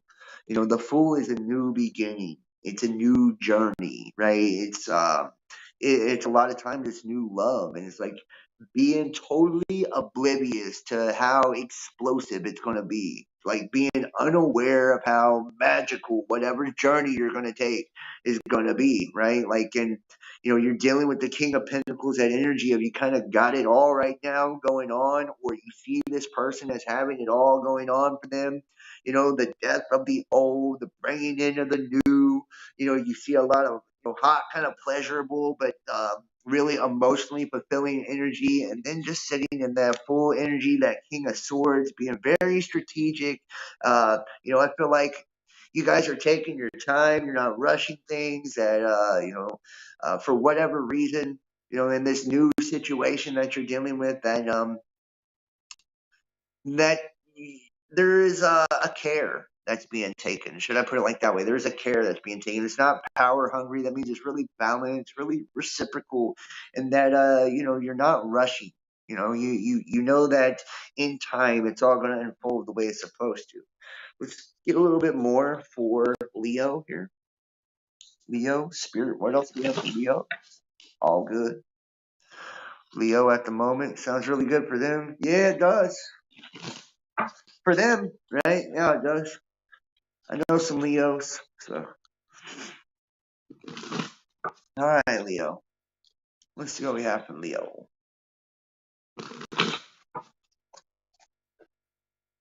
We are very patient. Yeah, you guys are also arrogant a little bit too, but not. I have a brother that's a Leo, and a friend that's a Leo too. So I got some Leos in my life. I like Leos. Virgos and Leos get along really well, actually. So. And I have a son that's a Leo also. So see what? True. Yeah. Hey, it's cool. Somebody's gonna be that way, right? Like, can everybody be the hermit? We need a lion too. We need a lion and a hermit. All right. Let's see. But I don't feel like it's arrogant in an immature, or kind of more of an energy, but it's confidence when it's mature, right? It's like healthy, positive confidence. It's leadership too, right? There's always the inverse to every energy, just like the hermit energy. Too much isolation can kind of, it can be a shitty thing. Too detached and all of that, too into yourself, or overcritical. But and then there's also the introspection and the balance of self-seeking. So I mean, each energy, just like Leo, leadership, or too much confidence, right? All right, so let's see here, Leo. Cool. All right, Leo.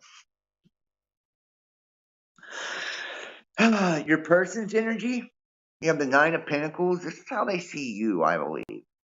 Right? This is how they see you, I believe, as the Nine of Pentacles. This is like just, and in the Rider Waite, it's got like the girl in the dress, and she's got the beautiful dark skin. She's like, flowing. She's got all the pinnacles and the flowers all over her dress, right? She's just beautiful and glowing, and she's just abundant, sitting there with a big smile on her face, seeing her power. And I feel like this is how your person sees you. And, here's a little confirmation for you. You got the butterfly as well, right? That's transformation. That's, you kind of like, coming out of your shell, coming out of the cocoon is something beautiful blossoming. And I feel like this is the energy of your person.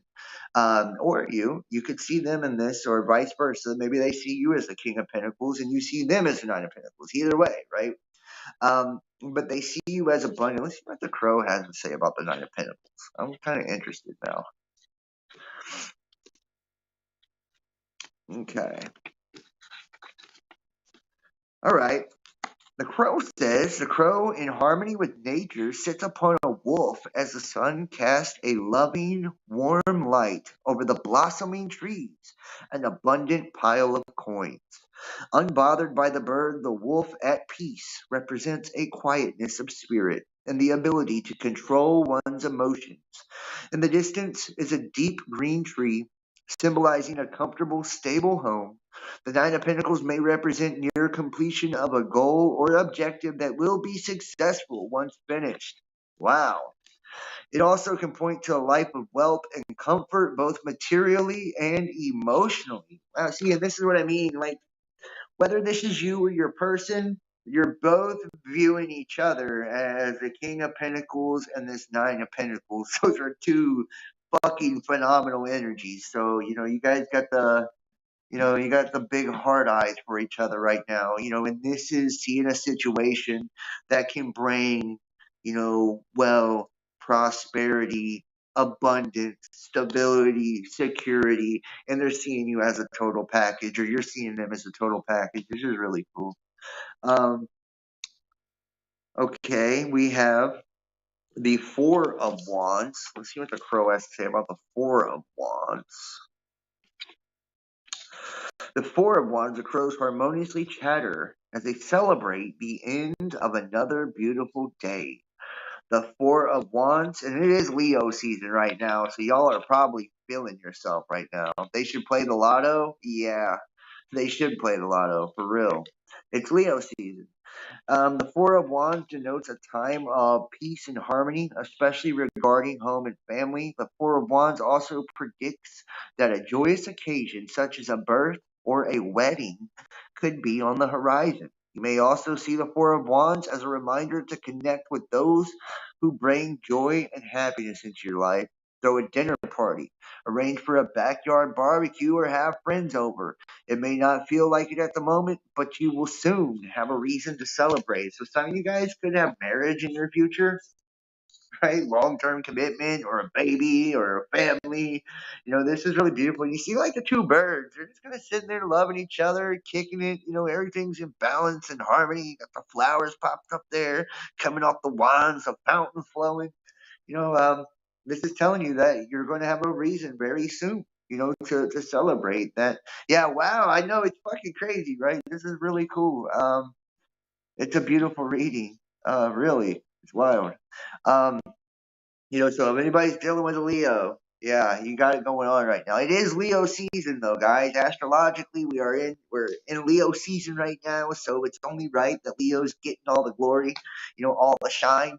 But you have, in the future here, this could be babies, this could be children, this could be marriage, this could be commitment, and a lot of happiness, right? A lot of happiness, a lot of stability. Let's see the hopes and dreams here, the Ace of Wands. And we got another ace, which represents kind of like a new beginning or a new start, right? Let's see. The Ace of Wands. The crow swoops from the sky and lands upon a wand, marking the beginning of a path to a bright, shiny city in the distance. This card affirms that the crow is on the right road and opportunities for success are laid out before her. The blooming spring flowers represent a fresh start. Floating through the air are little white feathers, bringing the message that the Ace of Wands represents a new beginning that is divinely guided. See that Ace of Wands, guys, that wand, that's your power right there. That's you standing in your power, right? Like your kingship, right? Anytime I talk about this on the show, right? This is kingship. This is power. This is you standing in your power, right? This is a brand new beginning. It's wand, so it's the air, right? And that wand is to kind of work your magic. It's a magical new beginning, a fresh start, something new, something beautiful, and it goes with the entire theme of this reading so far, right? We've King of Pentacles, Nine of Pentacles, right?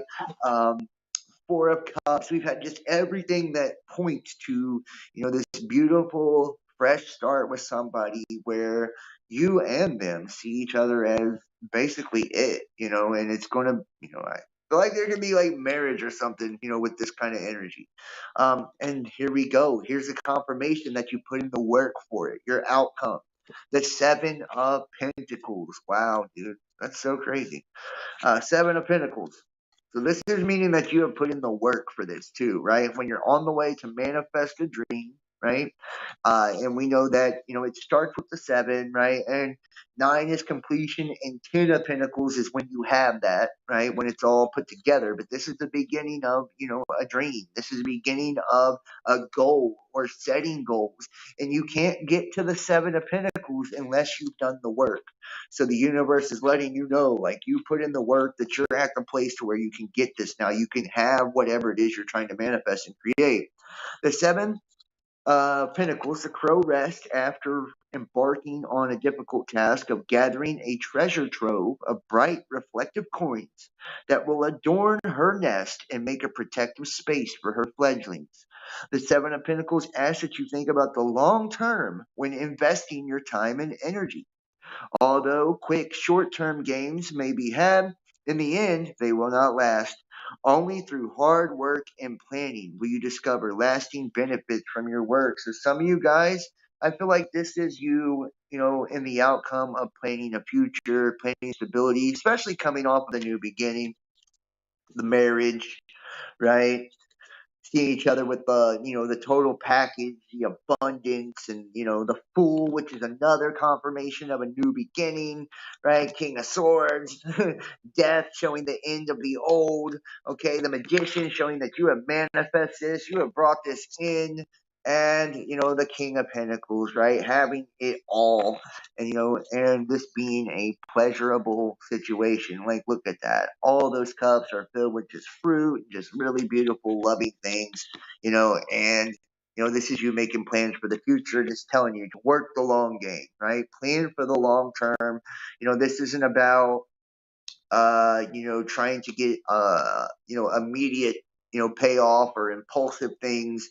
This is understanding that, this situation has the steam for stability. It has a potential for family. It has a potential for marriage, and it has the energy to really bring success, man. I'm gonna read Libra. Yes, I haven't read Libra yet, so I will be reading Libra. I'm a Libra cusp, so I like reading Libra too. So wow, dude, crazy as shit. Leo, that is a really cool. So anybody dating a Leo, good luck for you guys, for real. Looks like you guys are gonna be getting married, having babies, making plans for the future. So cool. Um, all right, keep it moving here. Let's go to the next one. Virgo. What? Virgo? We're at Virgo already? Wow, I feel like it's going so fast tonight. I feel like these have been some really good readings tonight too. Seriously, there have been some really good ones. 924. Yeah, I'm 921, and we will have the new moon in Virgo coming up next too. So I mean, Virgo's about to go in their season. So imagine if you had a Leo and a Virgo dating each other right now. Imagine the potential of that. All right, moving forward here, Virgo. Virgo, love, money, career, finance, spirit. What do we have for Virgo? Spirit, show us what we have for Virgo. Love, career, and finance. Spirit, show us what we have for Virgo. Love, career, and finance. All right, Virgo.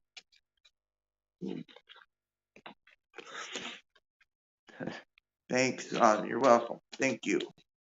Love, career, and finance. Spirit, what do we have for Virgo? Love, career, and finance. What do we have for Virgo? Love, career, and finance. What do we have for Virgo?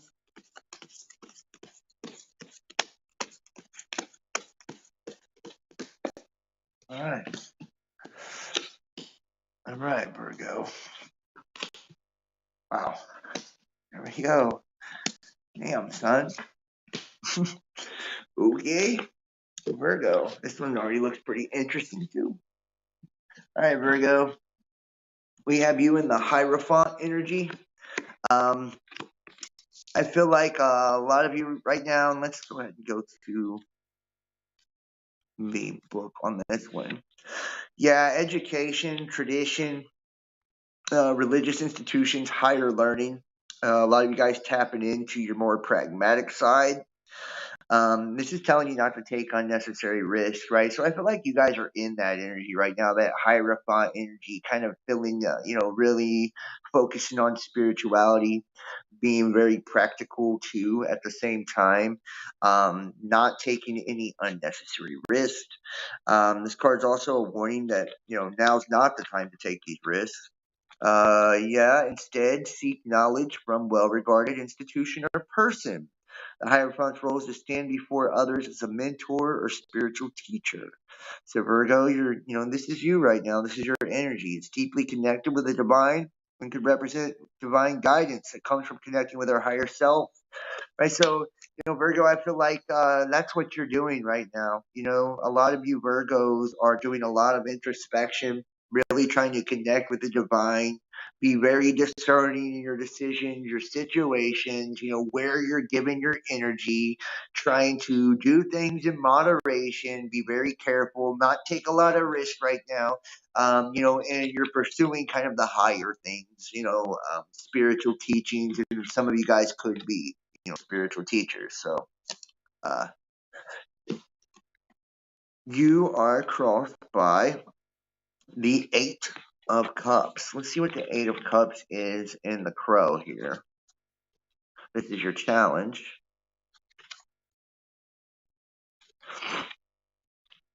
Let me put the book down here. All right, here we go. Eight of Cups. Challenge is the Eight of Cups. The crow stands on the riverbank, her back to the gold cups that symbolize material wealth and possessions. She is ready to fly off and leave it all behind. The moon represents her shadow self and her true nature, and she tries to oppress but cannot deny. The Eight of Cups asks that you look inward and discover what you want from your life, what is important to you. This card suggests that although it will take considerable strength to let go and walk away, that it may be necessary to achieve true happiness. Wow. I feel like the challenge is letting go some shit, Virgo. Like, what do we need to let go of right now, guys? Is it old beliefs? Is it, old exits, right? Relationships, things that no longer serve us. I feel like, as soon as we walk away from this, because it's in the challenge position, and I feel like in this situation, it being the cups, it is something emotional, something you're emotionally tied to, something that you don't want to walk away from, or, you feel like you can't let go. I do feel like it's a relationship for a lot of you. And a lot of you, your story, it's asking you, and it's saying, don't take risks, tune into the higher self, look inward, and a lot of times when we're really forced to look inward and lean on ourselves, that's asking us to withdraw from others, right? To be, really in our own divine powers. So I feel like as soon as you guys let go of this old relationship or whatever is kind of holding you down here, that more, and this can even represent like joining a club or a group or whatever, seeking divine guidance from things, institutions, brotherhoods, societies, whatever, right? Just collectives, online families, anything that's going to bring you that kind of spiritual support that you need. But first, you need to let go of the old ideas, concepts, things that hold you back, especially relationships. In the past position, the Wheel of Fortune, I feel like a lot of you guys have been through quite a bit, right? Virgo's had a rough season for a while or two, and this Wheel of Fortune could represent a change in all of that, just recently. I feel like that's changed for you guys, that now things are kind of spinning in the opposite direction. That a lot of you guys are finding where doors were closed to you in the past, they're now open, where things were blocked in the past, it's now flowing, right? Where opportunities didn't exist in the past, they are there, and that, you guys If you're able to move on from, just kind of a very cool deck. I know I love this deck. It's super cool. If you guys are able to move on from these things that have kind of been holding you back and hindering you, that's where all this opportunity and this fortune is, right? And some of you guys may have missed out on fortune or missed out on money, right? But remember, even in this position with the Eight of Cups, it's them walking away from money. It's like, I don't care how much, this is going to make me. I don't care, and maybe it's a situation that you were in or a relationship you were in that was based on money, or whatever. It's like, hey, whatever this was, there's not enough money in the fucking world to make me miserable. There's not enough money in the world to abuse me or torture me or whatever it is, like mentally, emotionally. There's not enough money in the world to make me suffer that way, and you need to let go. And when you let go, that's when that wheel of fortune can really spin and manifest the things that you really want in life. And like I said, and here you are in the immediate future, the High Priestess. That's you, Virgo. Right, that's you, Virgo. Here, let's see what the Crow Tarot says about the High Priestess. This is you sitting in your power, right? Just in the very near future. So, the Wheel of Fortune is the ups and downs and cycle of life. What goes around comes around, karmic cycles. And I feel like I said, the wheel just recently has, turned in your guys' favor. Um, it's a reminder that that the good comes with the bad, and that change is coming, and that recently I think a lot of things did change for you guys, um, symbolizing inner power, right, and the ability to control the amount of time we spend either up or down. That the fortune depends on you, and you decide on whether you're gonna stay down when you get beat down and allow people to kick you, or you're gonna get up, you're gonna fight, you're gonna move forward. The High Priestess, though, I just wanted to clarify that for you guys. The High Priestess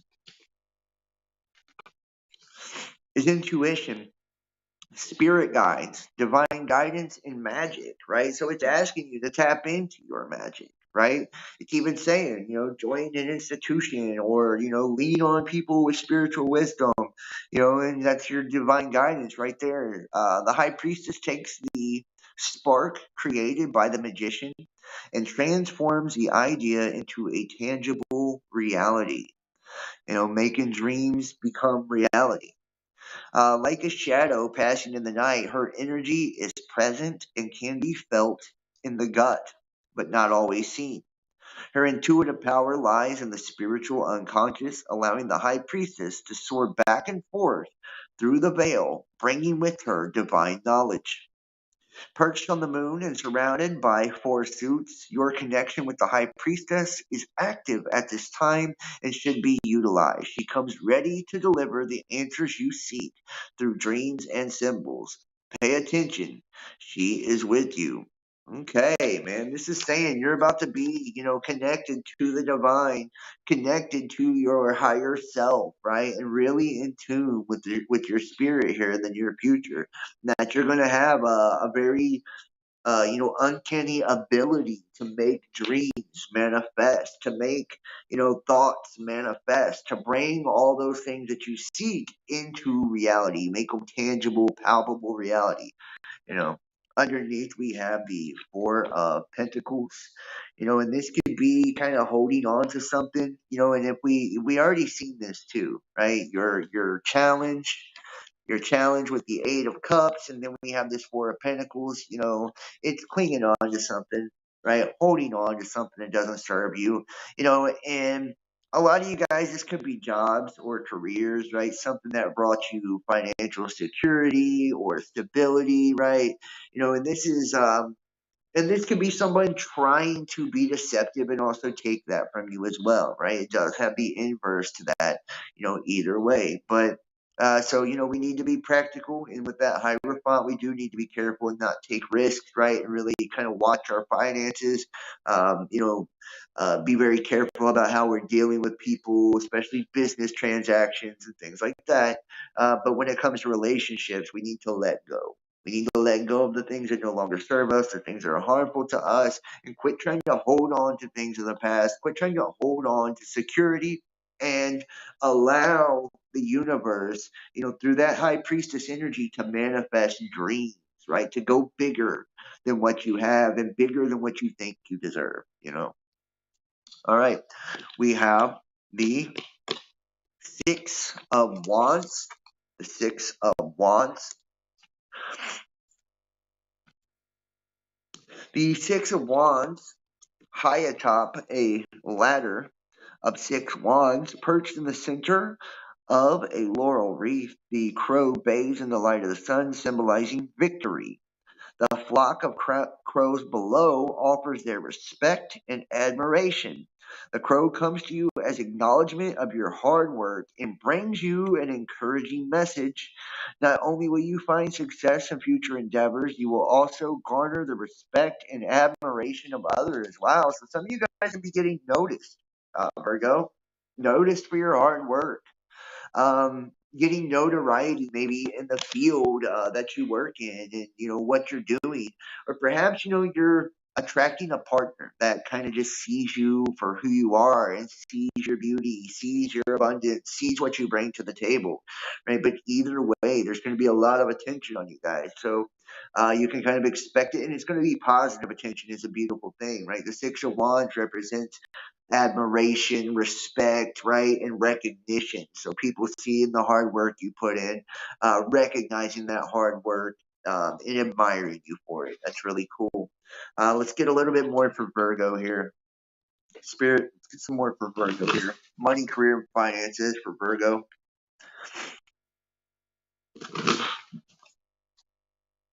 Yeah, for Virgo, money, career, and finances. Money, career, and finances for Virgo. All right, Spirit, money, career, and finances for Virgo. Ooh, all right.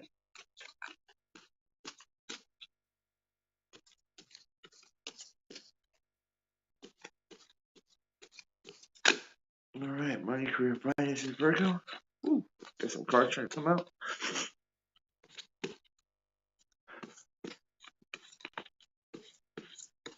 All right, a couple more here. I'll take that.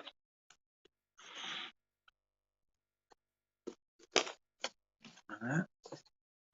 One fell down. I'll take that. All right. All right. Here we go. We have the Knight of Wands, and take a look here.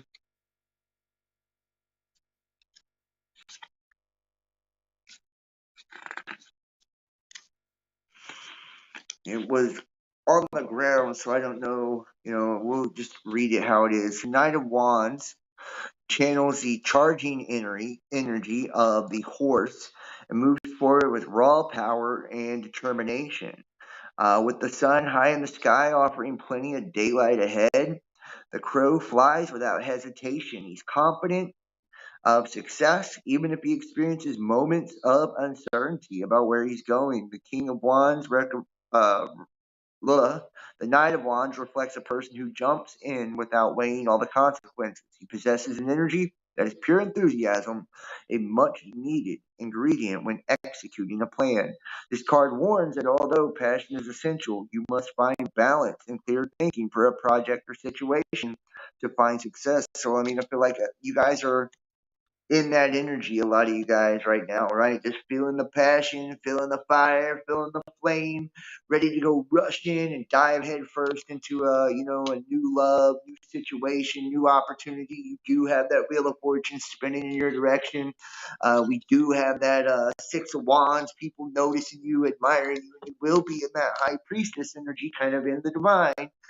Feeling yourself and being very aware of your surroundings and situations. And here we have the Nine of Pentacles.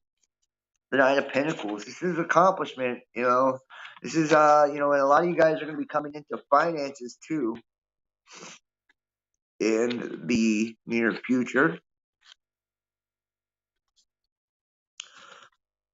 Here we go. The Nine of Pentacles And the crow is in harmony with nature, sits upon a wolf, and the sun casts a loving warm light over the blossoming trees and abundant pile of coins.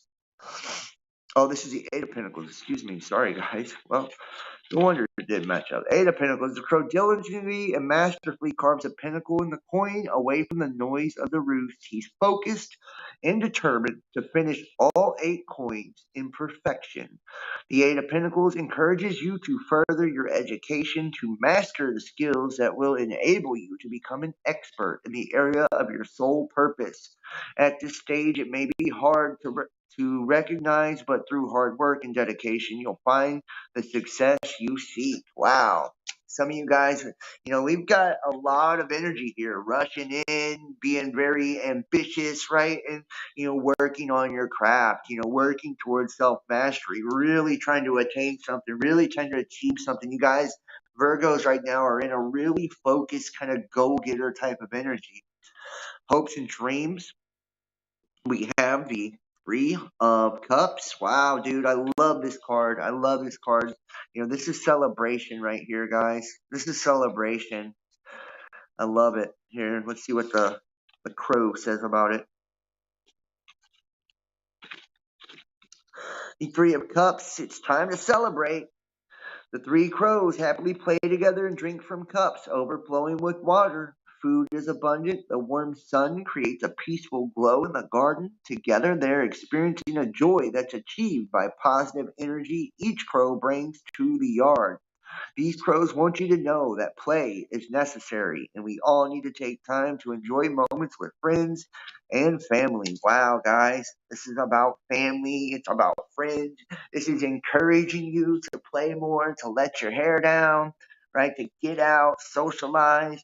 And this is you celebrating in the near future, right? Achievements, and it looks like you guys have been doing a lot of hard work, that you have been very ambitious, pushing forward, trying to achieve things, trying to attain things.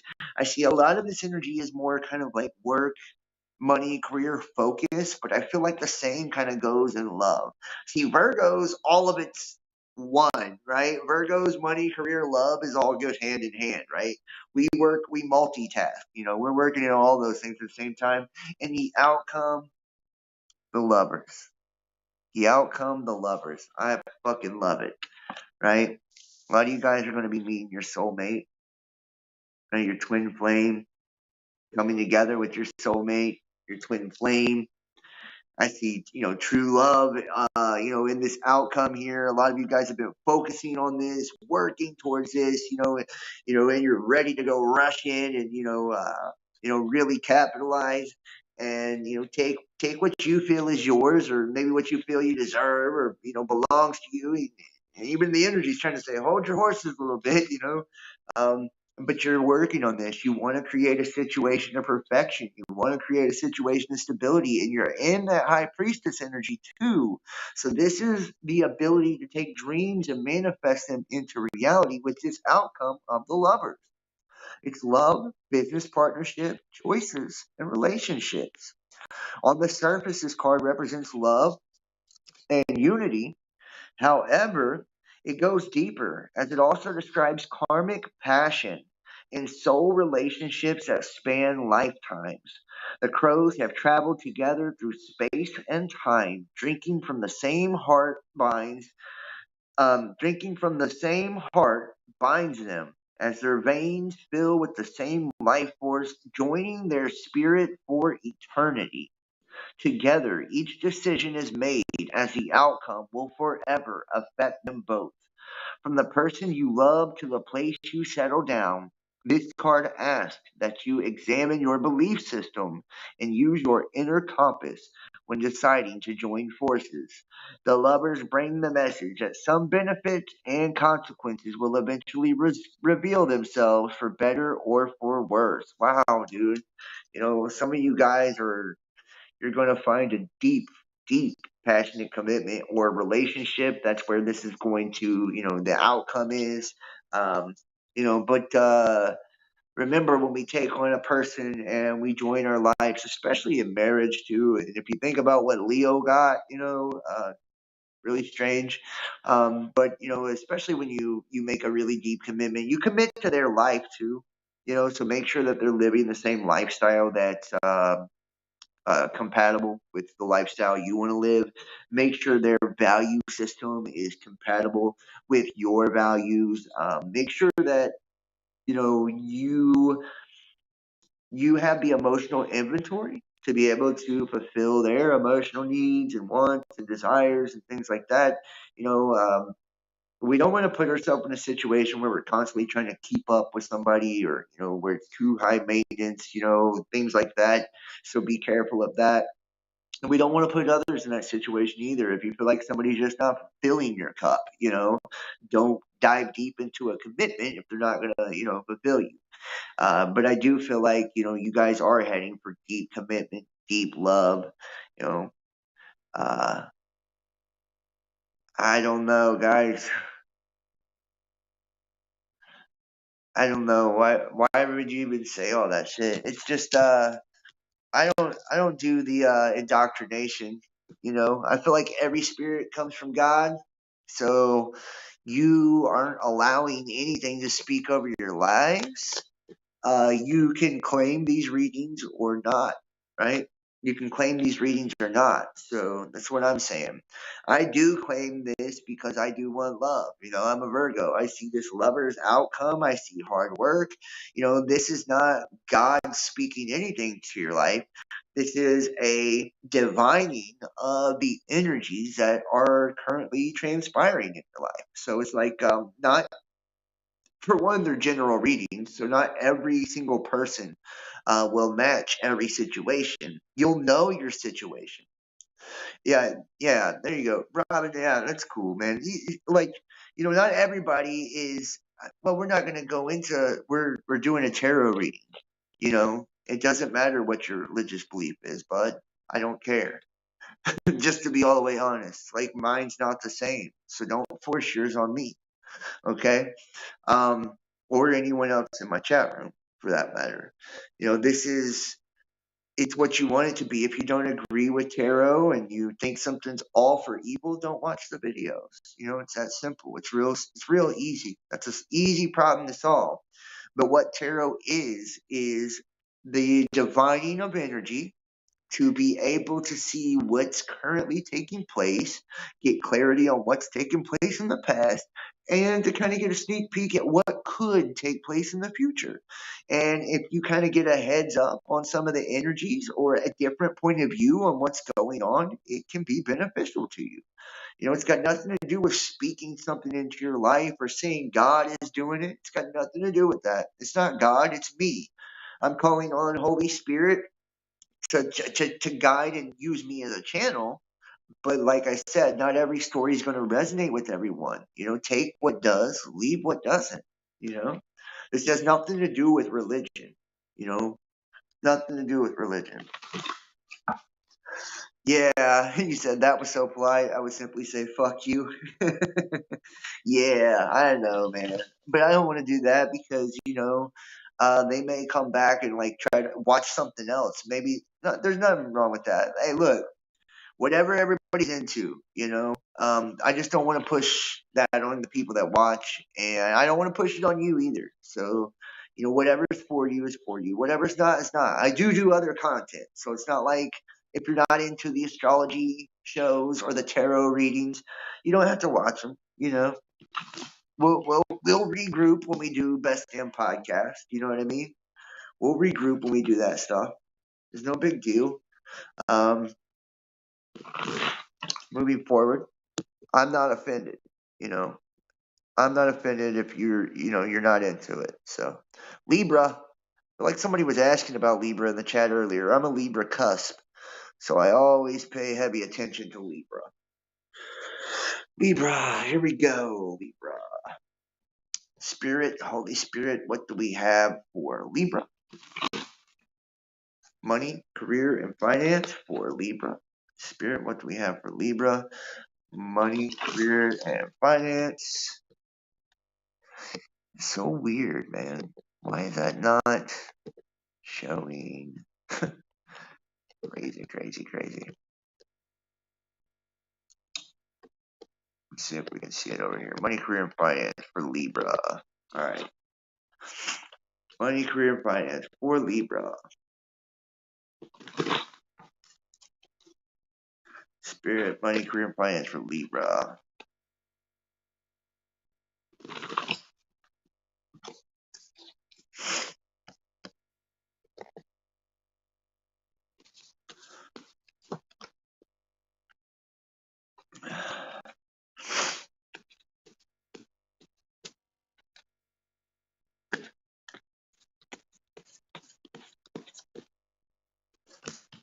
All right, Libra.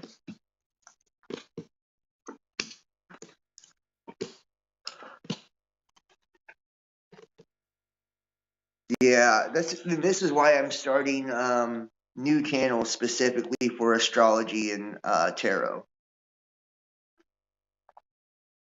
because you know, not a lot of people on this channel seem to like it or appreciate it. So, Libra, we have the Two of Pentacles. The Two of Pentacles right now. This is your overall energy, Libra. The Two of Pentacles.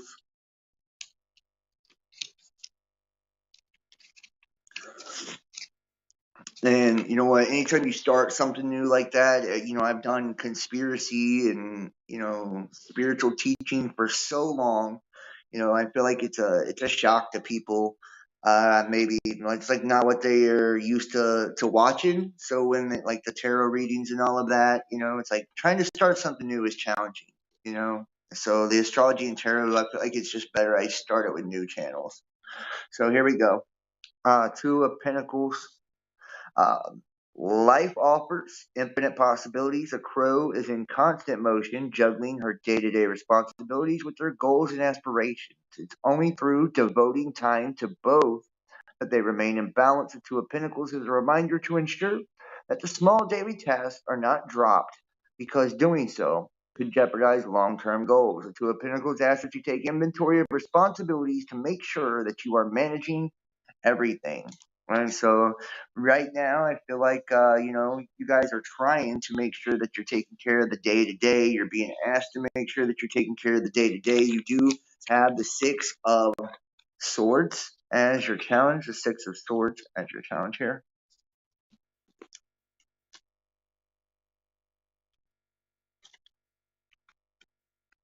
And I also feel like, too, if people support me, they'll support no matter what I do, right? If I'm doing tarot readings or astrology, they'll support it either way, you know?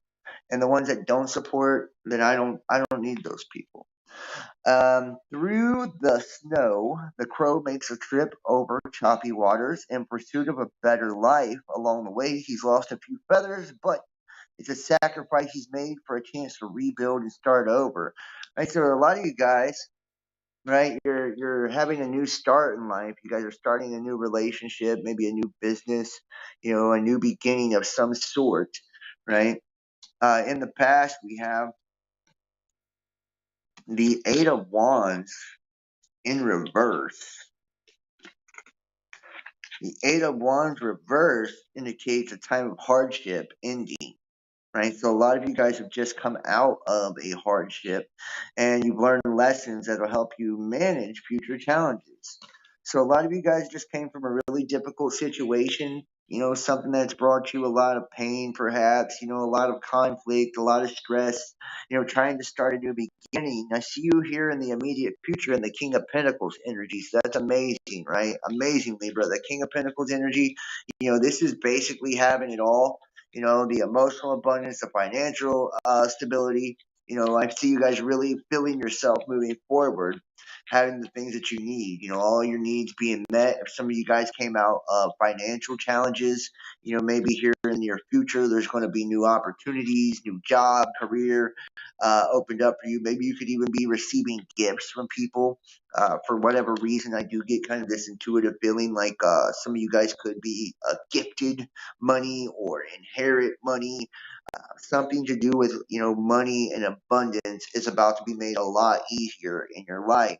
Underneath, we have the Strength card. So I feel like this is what's been brought out of you due to your previous kind of challenge, right? You guys really, having this struggle.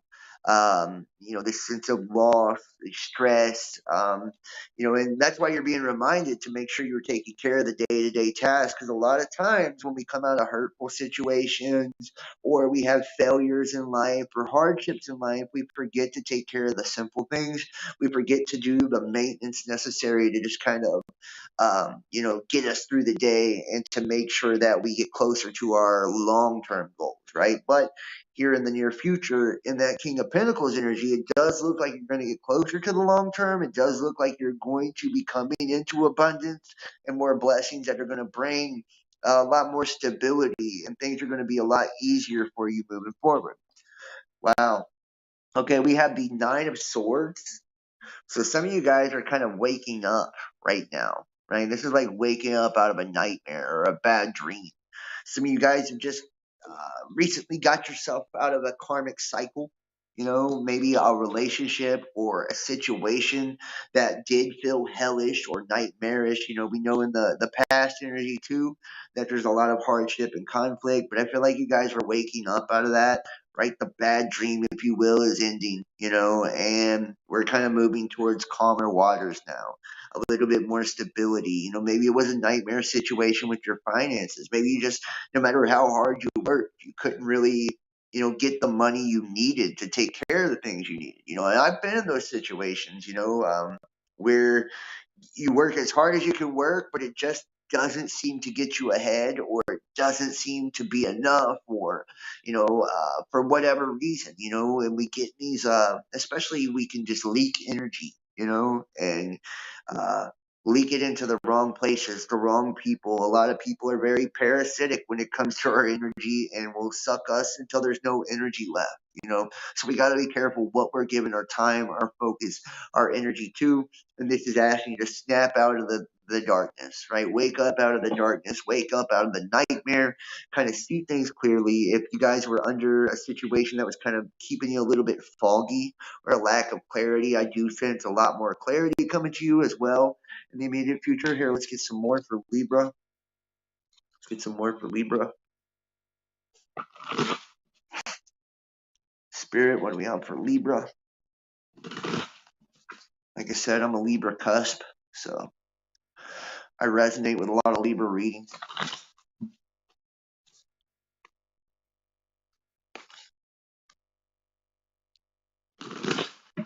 All right. All right, we'll take that. Six of Pentacles. Oh, shit. This one fell. Ace of Swords. The World. And the Nine of Wands in reverse. All right, so first off, we have the Six of Pentacles, and this could be your person's energy here.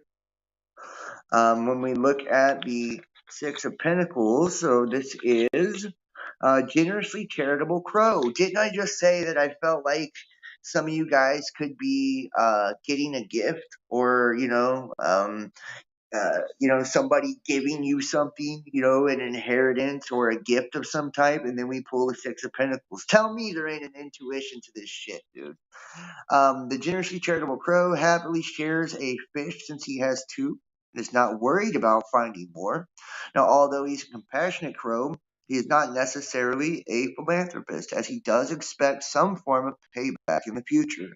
The Six of Pentacles denotes a time of receiving and offering help with strings attached. What? So maybe some of you guys are going to be gifted money. I do see money. That's the Pentacles here, the Six of Pentacles. Someone could, possibly be breaking you off with a little bit of bread, but there could be ulterior motives, right? Like, we know that sometimes not everybody's just so cool and generous, that they give you something and they don't expect anything in return. Hardly ever, right? You're lucky if you can get people to give, or be charitable or donate or so, shit like that to people in general. So most people do have motives, and I feel like in this sense, when I get this sense too, I feel like be careful where the gift comes from, because, this person could expect like sex, you know what I mean? Like, They could expect sex in return, and that's why they're giving you money. That's why they're looking out for you. Maybe they're helping you with your bills, your finances. Maybe they're trying to buy you nice shit, or saying, "Hey, I know you've had it rough, right? You just came out because we know, in your reading so far, it's shown that you've had some struggles, some hardships, especially financially." And saying, "I know you just came out of this, so here, let me help you, get back on your feet." Right? But beware, because it does seem like they want something, in return, and they're probably going to expect the form of payment to come, like, well, if you do this, or if I do this, then you got to go out on a date with me, or you got to do this with me, or, so be careful about that. Or, people can just expect a lot of times when they give, they're like, well, I gave to you, so now you owe me, and you got to sit on the phone with me all day, or talk to me all day, or whatever, right? You never know, everybody's different, and they expect different things in return. But this could be like somebody coming to you in the future for a favor type shit, like, hey, remember when you were down? Well, now I need you, and now I need something, and you owe me. Okay. The world card, right? The world card. This is also a lot about cycles and beginnings. I feel like this is, you coming out of that old stagnancy, that old stagnant energy, or the hardships, the things that you were going through that kind of put you in the financial pinch, so to speak. You guys coming out of that, and something new starting with all of that. Let's see what the crow has to say about it.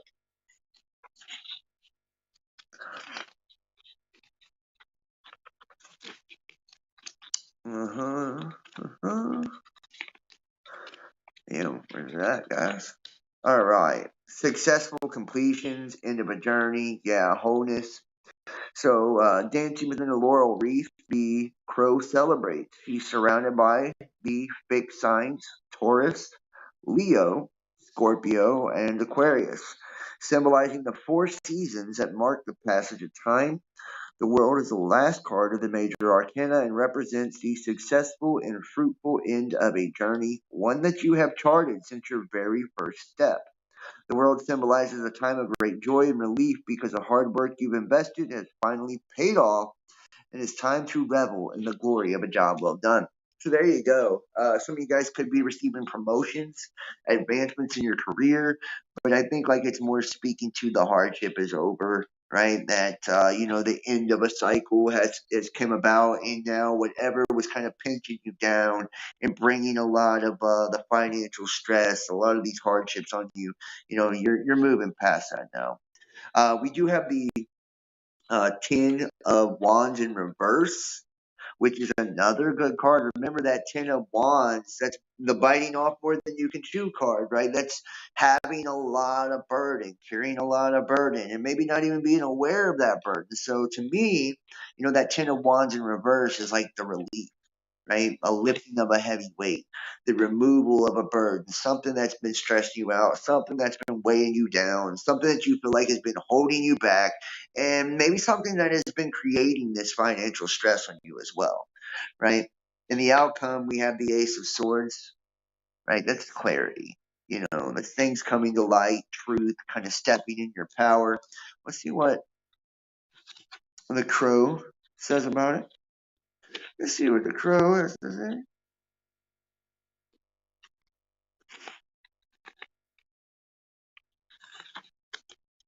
say. Okay.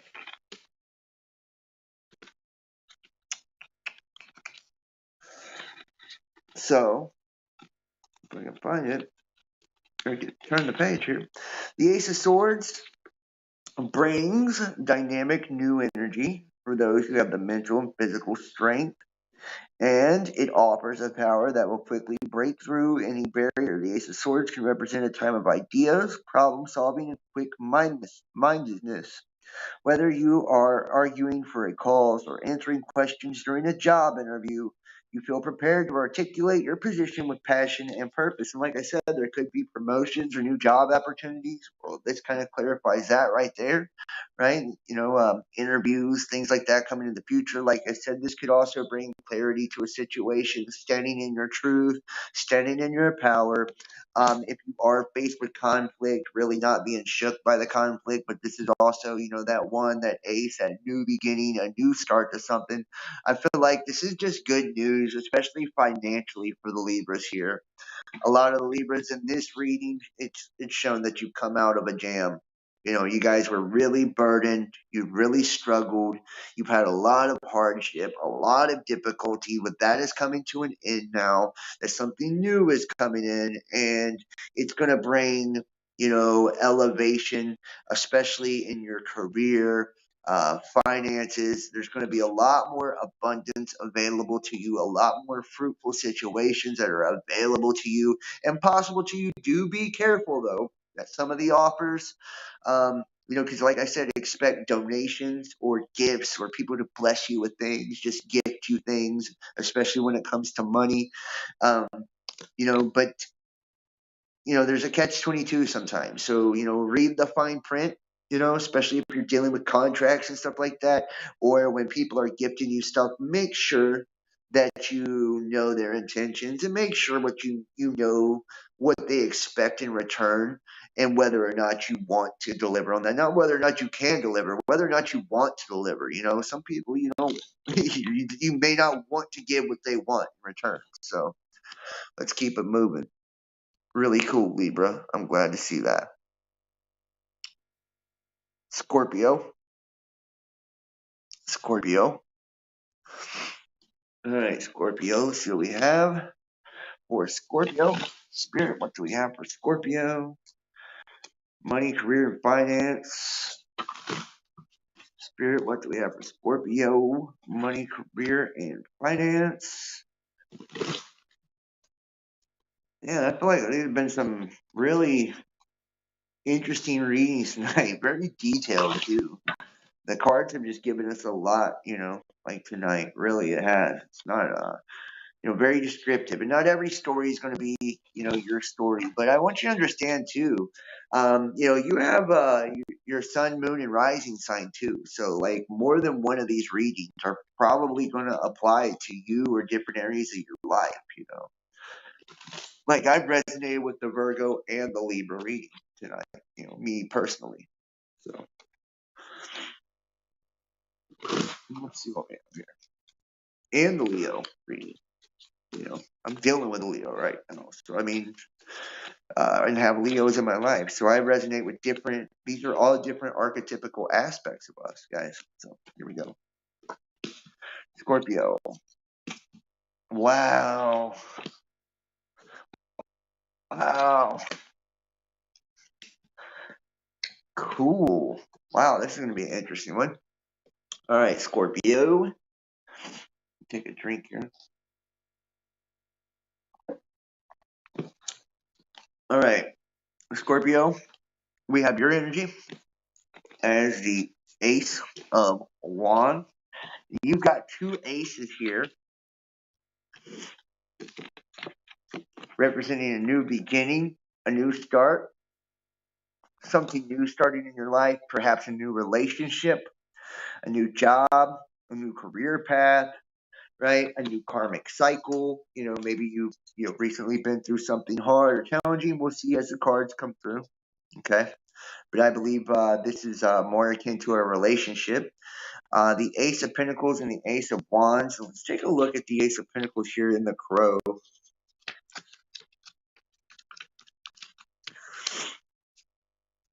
Okay. The Ace of Pentacle Crow lands on top of a pinnacle, once concealed by clouds. The spot provides a clear view of all the riches available to her because her desires are no longer blocked. The bounty this world has to offer, from material wealth to spiritual knowledge, is all within her grasp. The Ace of Pentacles represents a time of clarity and the ability to manifest your desires. Stay focused. The law of attraction is working. Keep a fixed sight on what you want to achieve. Wow. So this right now, I think this is your energy representing you trying to focus on what it is you desire. You trying to consciously manifest things into your life. Maybe it's a particular relationship, somebody that you've had your eye on that you're trying to bring in. Maybe they're an earth sign. Okay. Um, but this also, like I said, is a removal of blocks. So maybe you guys have had some recent spiritual blocks or some bad juju on you that's kind of held you up and kept you from opportunities that you would have liked to had, or blocked you relationships, or caused chaos in relationships that you're involved in. We also have the Ace of Wands.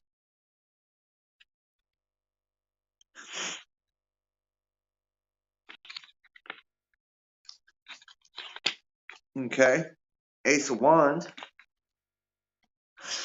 The crow swoops from the sky and lands on a wand, marking the beginning of a path to a bright and shiny city in the distance. The card affirms that the crow is on the right road and opportunities for success are laid out before her.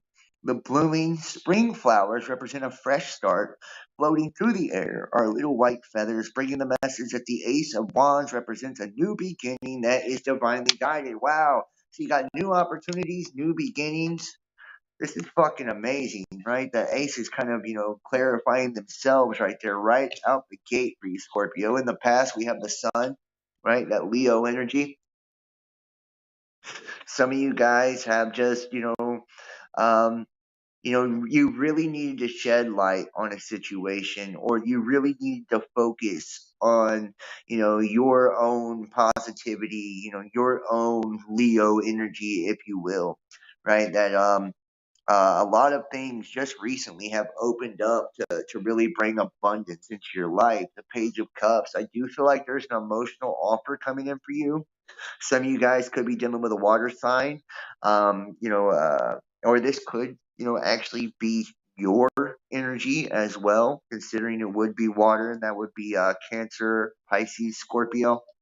Uh, a lot of you guys, I feel like you're ready to make a love offer to someone else, and maybe it's a Leo that you're dealing with.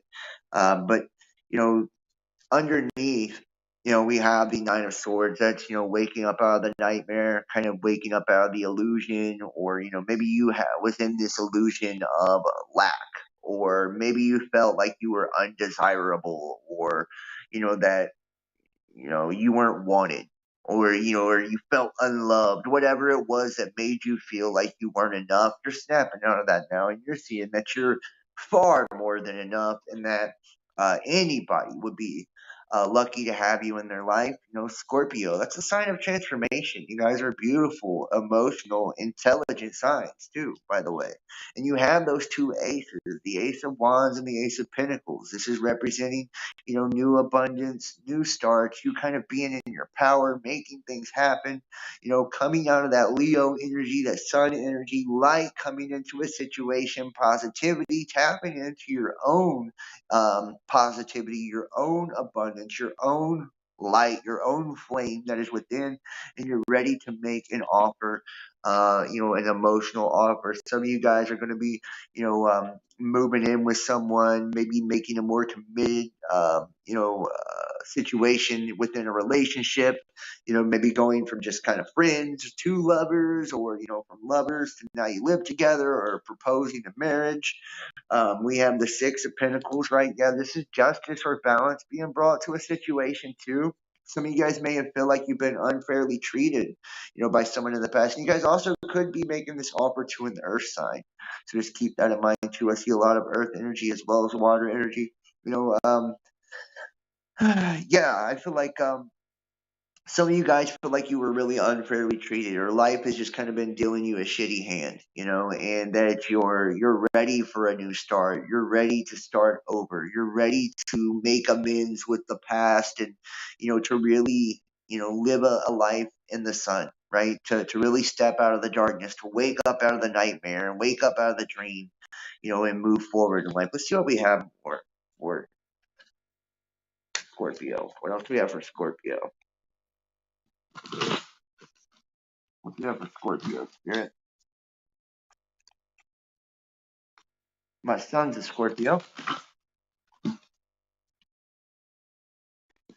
Leo, Scorpio, and Aries. My boys.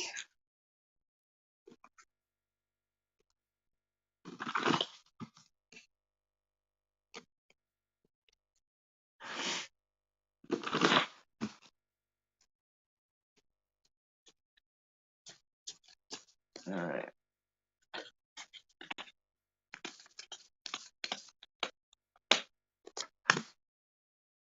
The Fool. Okay, so a lot of you guys have a new love coming in, a new journey. You know, some of you guys could be traveling or getting ready to do some traveling. Perhaps, you know, a lot of you guys may have, you know, really be feeling lucky. This might be a time for some of you to play the lottery, even the Queen of Cups. Yeah, it's an emotional offer. I do feel heavy water energy here, but you know, like I said, that is also your energy. You know, this is a time you're being called to be really nurturing and loving to yourselves, right? And this person that's coming in, I think, is going to bring a lot of nurturing and loving energy to you as well. Um, yeah, the Two of Cups. Wow, and see, and this is like my Lover's card outside of the Lover's card. You know, and this is the hopes and dreams. I do feel like, excuse me, I do feel like this situation, you know, this earth, you know, water energy that you're dealing with here, you know, not only is it going to be a nurturing energy, it's going to be a reciprocal energy. It's going to, you know, really be balanced. You know, you're going to have a lot of mutual respect, mutual admiration between the two of you. And, you know, it's going to be incredibly fulfilling. Let's see what the outcome. The Queen of Swords. Yeah, Queen of Swords. It's going to be coming in quick. I do feel like you're going to get maybe unexpected communication. Maybe this person is going to reach out via social media. You're going to get a text or a phone call. But I feel like you guys maybe are not going to see this coming, you know? But I feel like this person's already dying to talk to you. Like they want to talk to you. Maybe they've tried to communicate with you and they were blocked, or you know, you blocked them, or they didn't have your number or whatever. But maybe you're getting ready to run into each other is what I think. You know, you're getting ready to have communication. Um, there's getting ready to be an offer. You know, I think you're going to be the one that actually makes the offer, or you know, kind of put yourself out there first. But I do see a lot of nurturing, loving energy here. And like I said, when you have that Two of Cups, that's, you know, that's my lovers outside of the lovers card. That's reciprocated energy. That's mutual love, mutual admiration, mutual respect. Really awesome. Really awesome. Let's keep it moving here. Oh shit. Sagittarius. Sagittarius. And then we have Pisces before we wrap up. Sagittarius. Spirit, what do we have for Sagittarius? Money, career, and finance. Spirit, what do we have for Sagittarius? Money, career, and finance.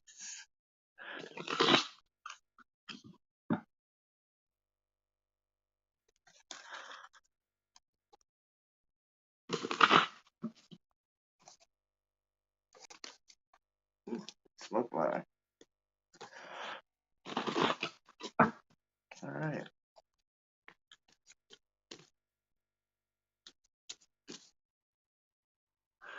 Money, career, and finance, Sagittarius.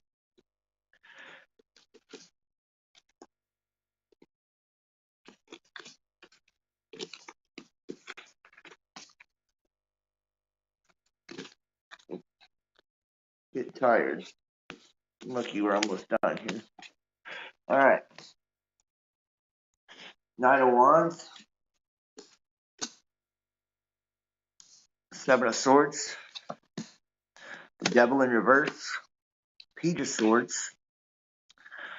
Four of Wands. Five of Swords. All right, let's see here.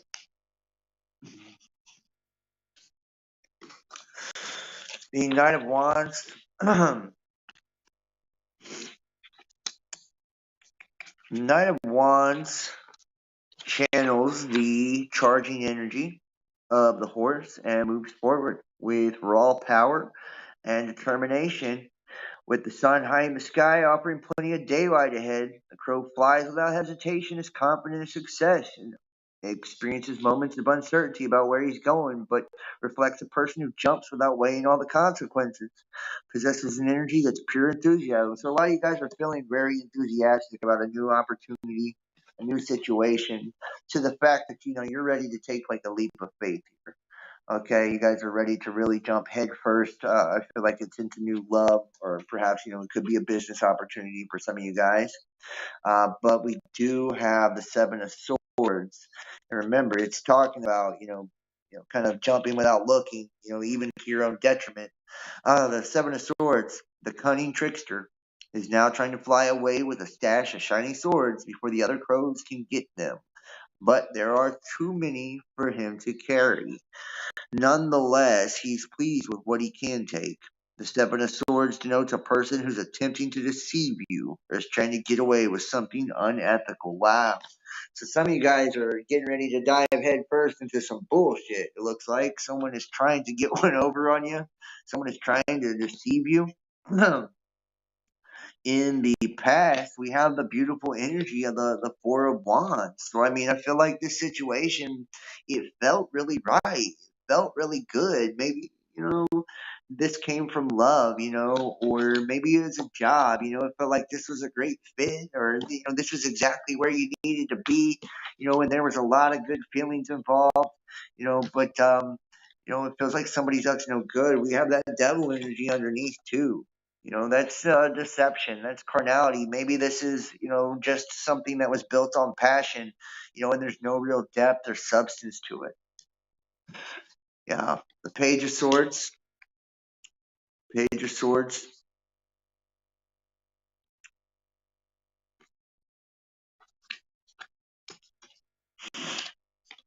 Okay.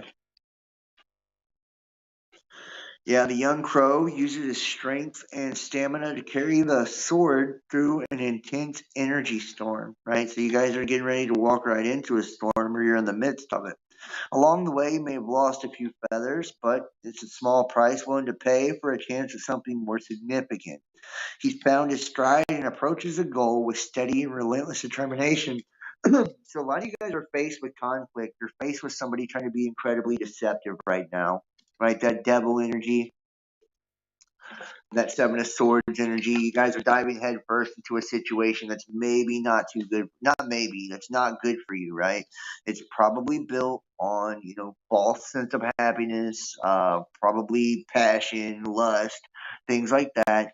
But this person's trying to pull a fast one. I don't think, they want anything but other than what they want, and what they want, I feel like you're not determined to give, and whether that's your heart, or they're just trying to use you for something, your money or whatever, right?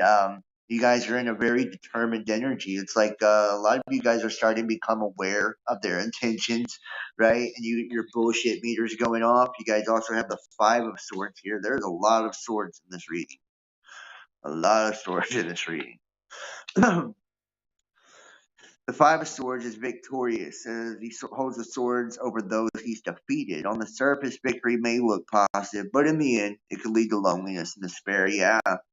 So you guys ain't going to take the bullshit. You're not going to fall for whatever this person is trying to do. And I'm feeling a lot of fire energy, air energy in this reading too. Um, whatever is going on here where someone is trying to be so, they're being in that trickster energy, trying to be clever, deceptive, not forthcoming with the truth. There may even be conflicts, disagreements on, maybe the way you should go about something or making purchases, and it's a shame because it seems like there was a good feeling, in the beginning, in the past, there was a lot of passion, there was emotion, right? But it was that devil energy. It was very carnal. It was very surface, superficial, right? You guys are seeing through it. You're going to have your victory, but it's going to come at a cost. It's going to come at a cost. It looks like it's going to hurt you a lot to let this situation go or to walk away from this situation. Let's get a few more. Let's get a few more.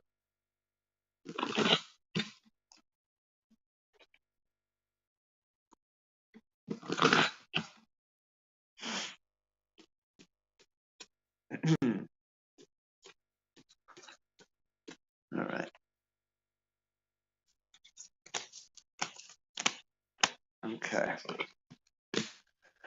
Yeah, the Tower. Yeah. All right, so the Tower, whatever has been hidden, I feel like it's all about to come to the surface right now, right? Everything's getting ready to come out. There's been a lot of deception, a lot of conflict, somebody definitely not being honest. I feel like I get the intuitive feeling that they just aren't being honest about what they want.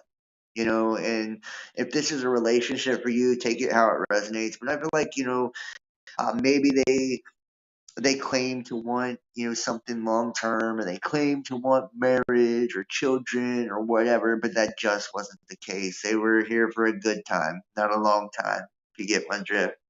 And if it's in business, somebody just wasn't being fair. They weren't being just. They were trying to manipulate the situation.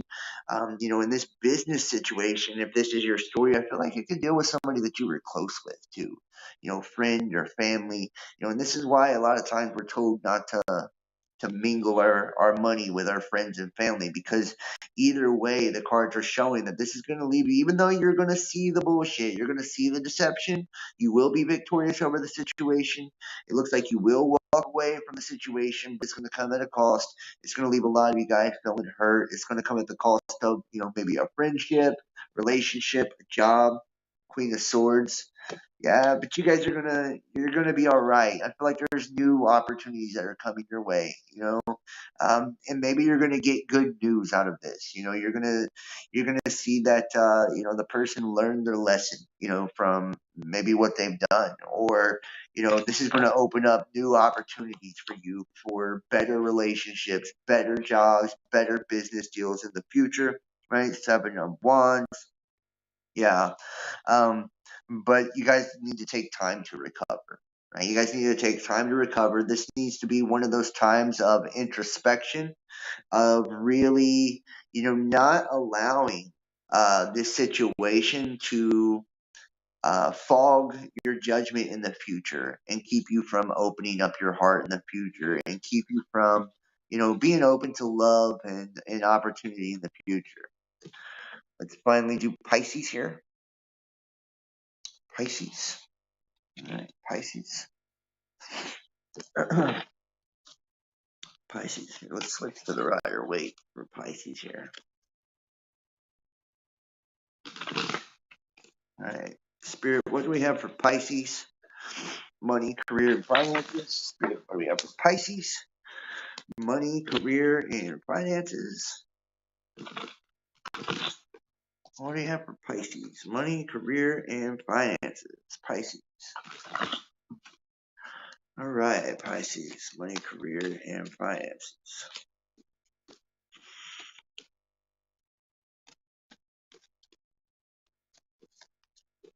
All right.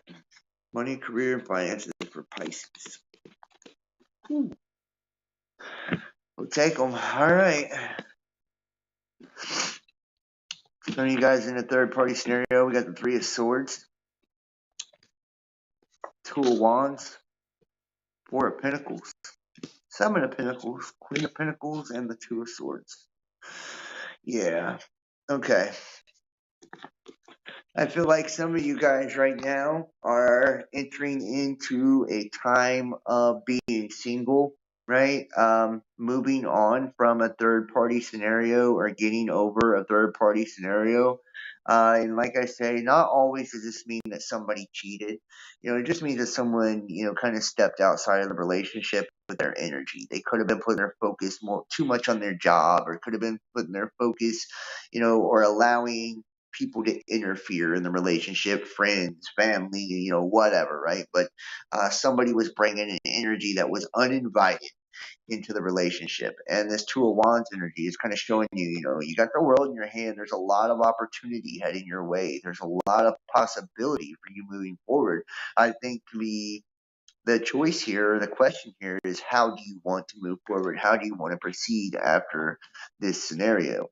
In the past, we had the Four of Pentacles. This is kind of you trying to hold on to your money, right? Not really wanting to spend too much. Maybe you guys are being very frugal with your money, saving money, perhaps trying to save up for a home, moving, whatever. In the past, I do see that you're trying to really hold on to your stability, and that's been very important for you.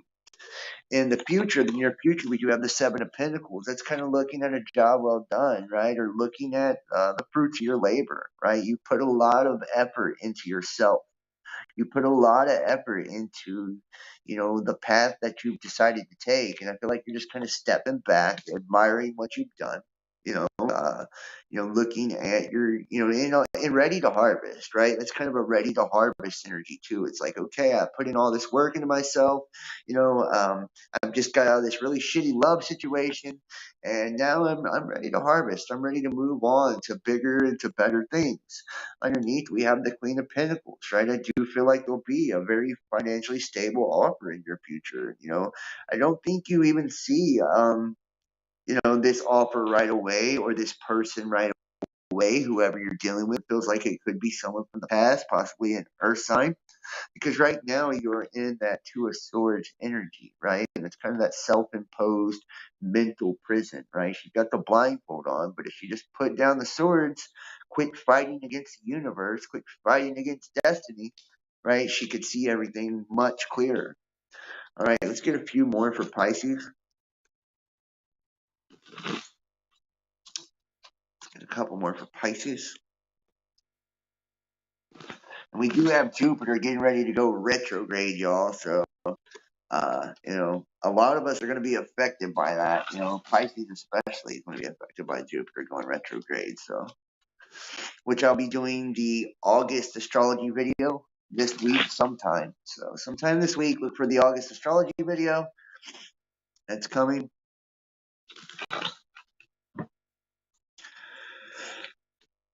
All right.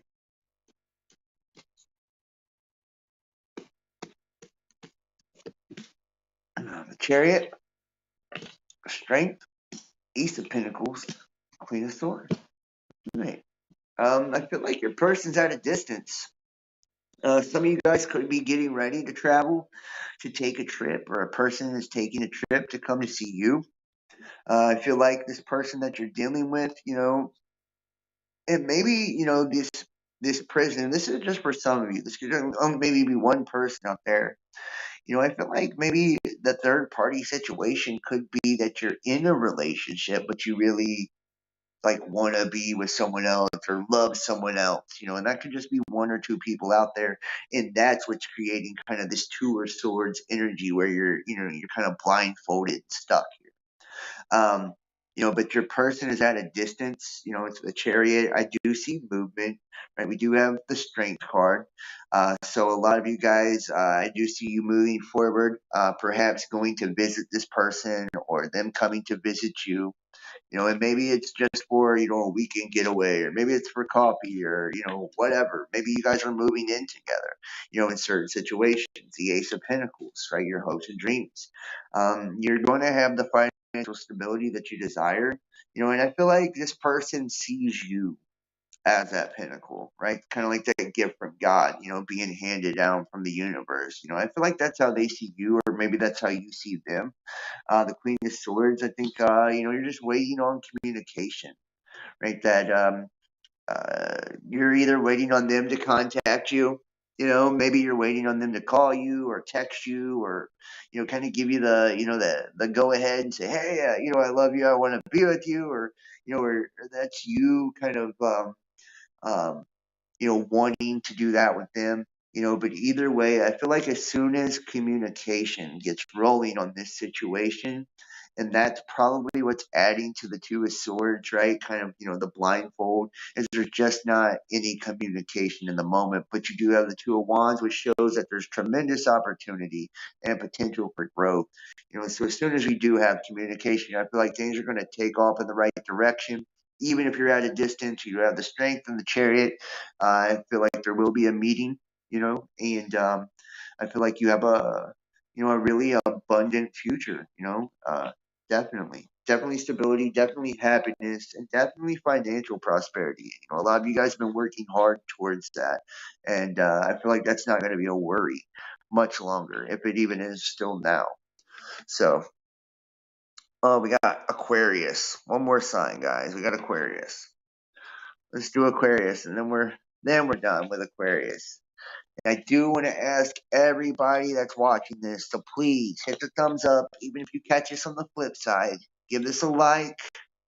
Share this link out there for other people to find it. Make sure to subscribe and click the notification bell. I will be back with the normal show tomorrow. And guys, please donate and support. That's how I keep the channel going. Or book a reading. That also helps me a big deal, great deal. They're $50. You text 513-393-2396 or email the Real Best Damn Podcast at gmail.com. We'll book the reading. I do it, the same day you pay. PayPal, Venmo, Cash App.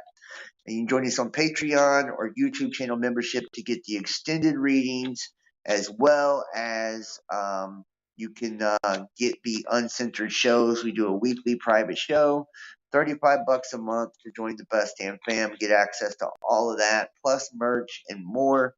And everybody, consider donating, supporting today. They have shut my channels down for the last couple of weeks, so it's kind of put me behind the eight ball, and I am trying to get caught up and trying to get things back in order here and working really hard. I'm actually getting tired the last day or two. I've been doing so much.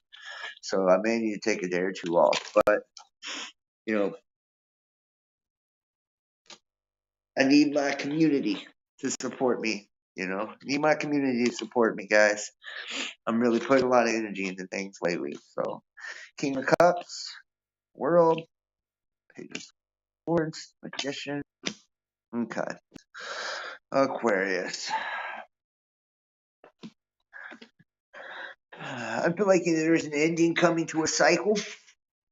A lot of you guys, I feel like there's a controlling energy, for whatever reason.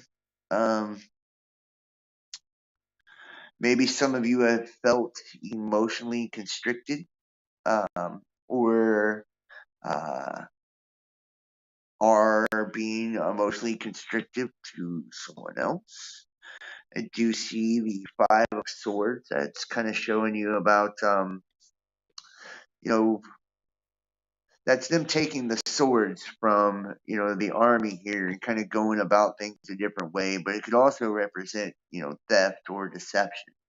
And maybe there was like an emotional theft or deception. Somebody's not been honest with, how they feel, or have been, very, very harsh, or very reserved. That king is kind of sitting there. He's holding the cups. It can represent, emotional abundance and fulfillment. But we have the world here, a new beginning, and the magician. And I feel like this magician is more of like a deceptive energy, right? Just in the way that's aligned with the Five of Swords too. Like somebody being incredibly combative, somebody being incredibly deceptive. But it looks like that's coming to an end. You have the Page of Swords here. I feel like in this situation, there's been like a lack of communication or combative communication, or things just haven't been very clear. The Six of Cups, you could be dealing with a family member, a child. Let's get more. For Aquarius.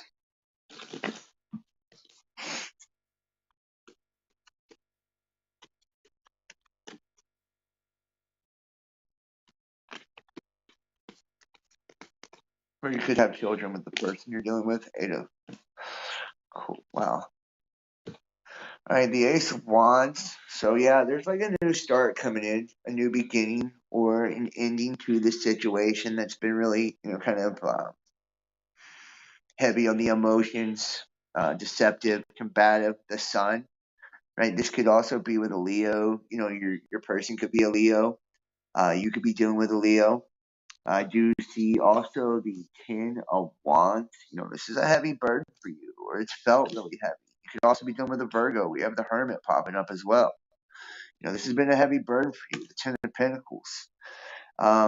Your whatever your end goal here is. Yeah, whatever your end goal here is, and I feel like this is dealing with family. This is dealing with emotions. This is dealing with something that has There's been a lack of clarity or a lot of confusion, a lot of conflict, um, and this has caused some type of emotional stress or emotional strain. There's been deception here, very obviously, too, with the Five of Swords.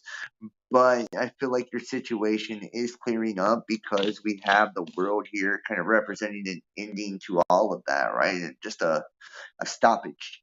And, maybe you're left holding this burden, with this Ten of Wands. Maybe some of you feel like you're kind of left holding this burden or left holding the bag when you really want this Ten of Pentacles here. You really want, a beautiful ending. I feel like some of you could get this fresh start, a beautiful beginning with an earth sign. And for others of you, you will be kind of left feeling burdened after your situation or your circumstance. I'm going to go ahead and end it, guys. I am tired, and I went through all the signs. So I do want to say thank you to every one of you guys for watching. Ask all of you to please follow on all the social media, Instagram, Twitter, Facebook, subscribe, YouTube, DLive, Facebook, Twitch. And make sure to hit the like, hit the thumbs up, make sure to comment. Let me know if the message has resonated or just what you think about all of it. And keep in mind, we're viewer powered, so we're funded by you. So donate today, help me out, family. I'd greatly appreciate it. PayPal, Venmo, Patreon, Cash App, or Facebook Messenger Pay. And if you'd like to book a personal tarot reading, text 513-393-2396 or email therealbestdampodcast@gmail.com. And we will set up your appointment for your personal reading, and you can join us on Patreon or YouTube channel membership to get access to the extended readings as well as access to the Best Damn Fam private non-censored content. Well, guys, thank you so much for watching. I hope you enjoyed it, and I will see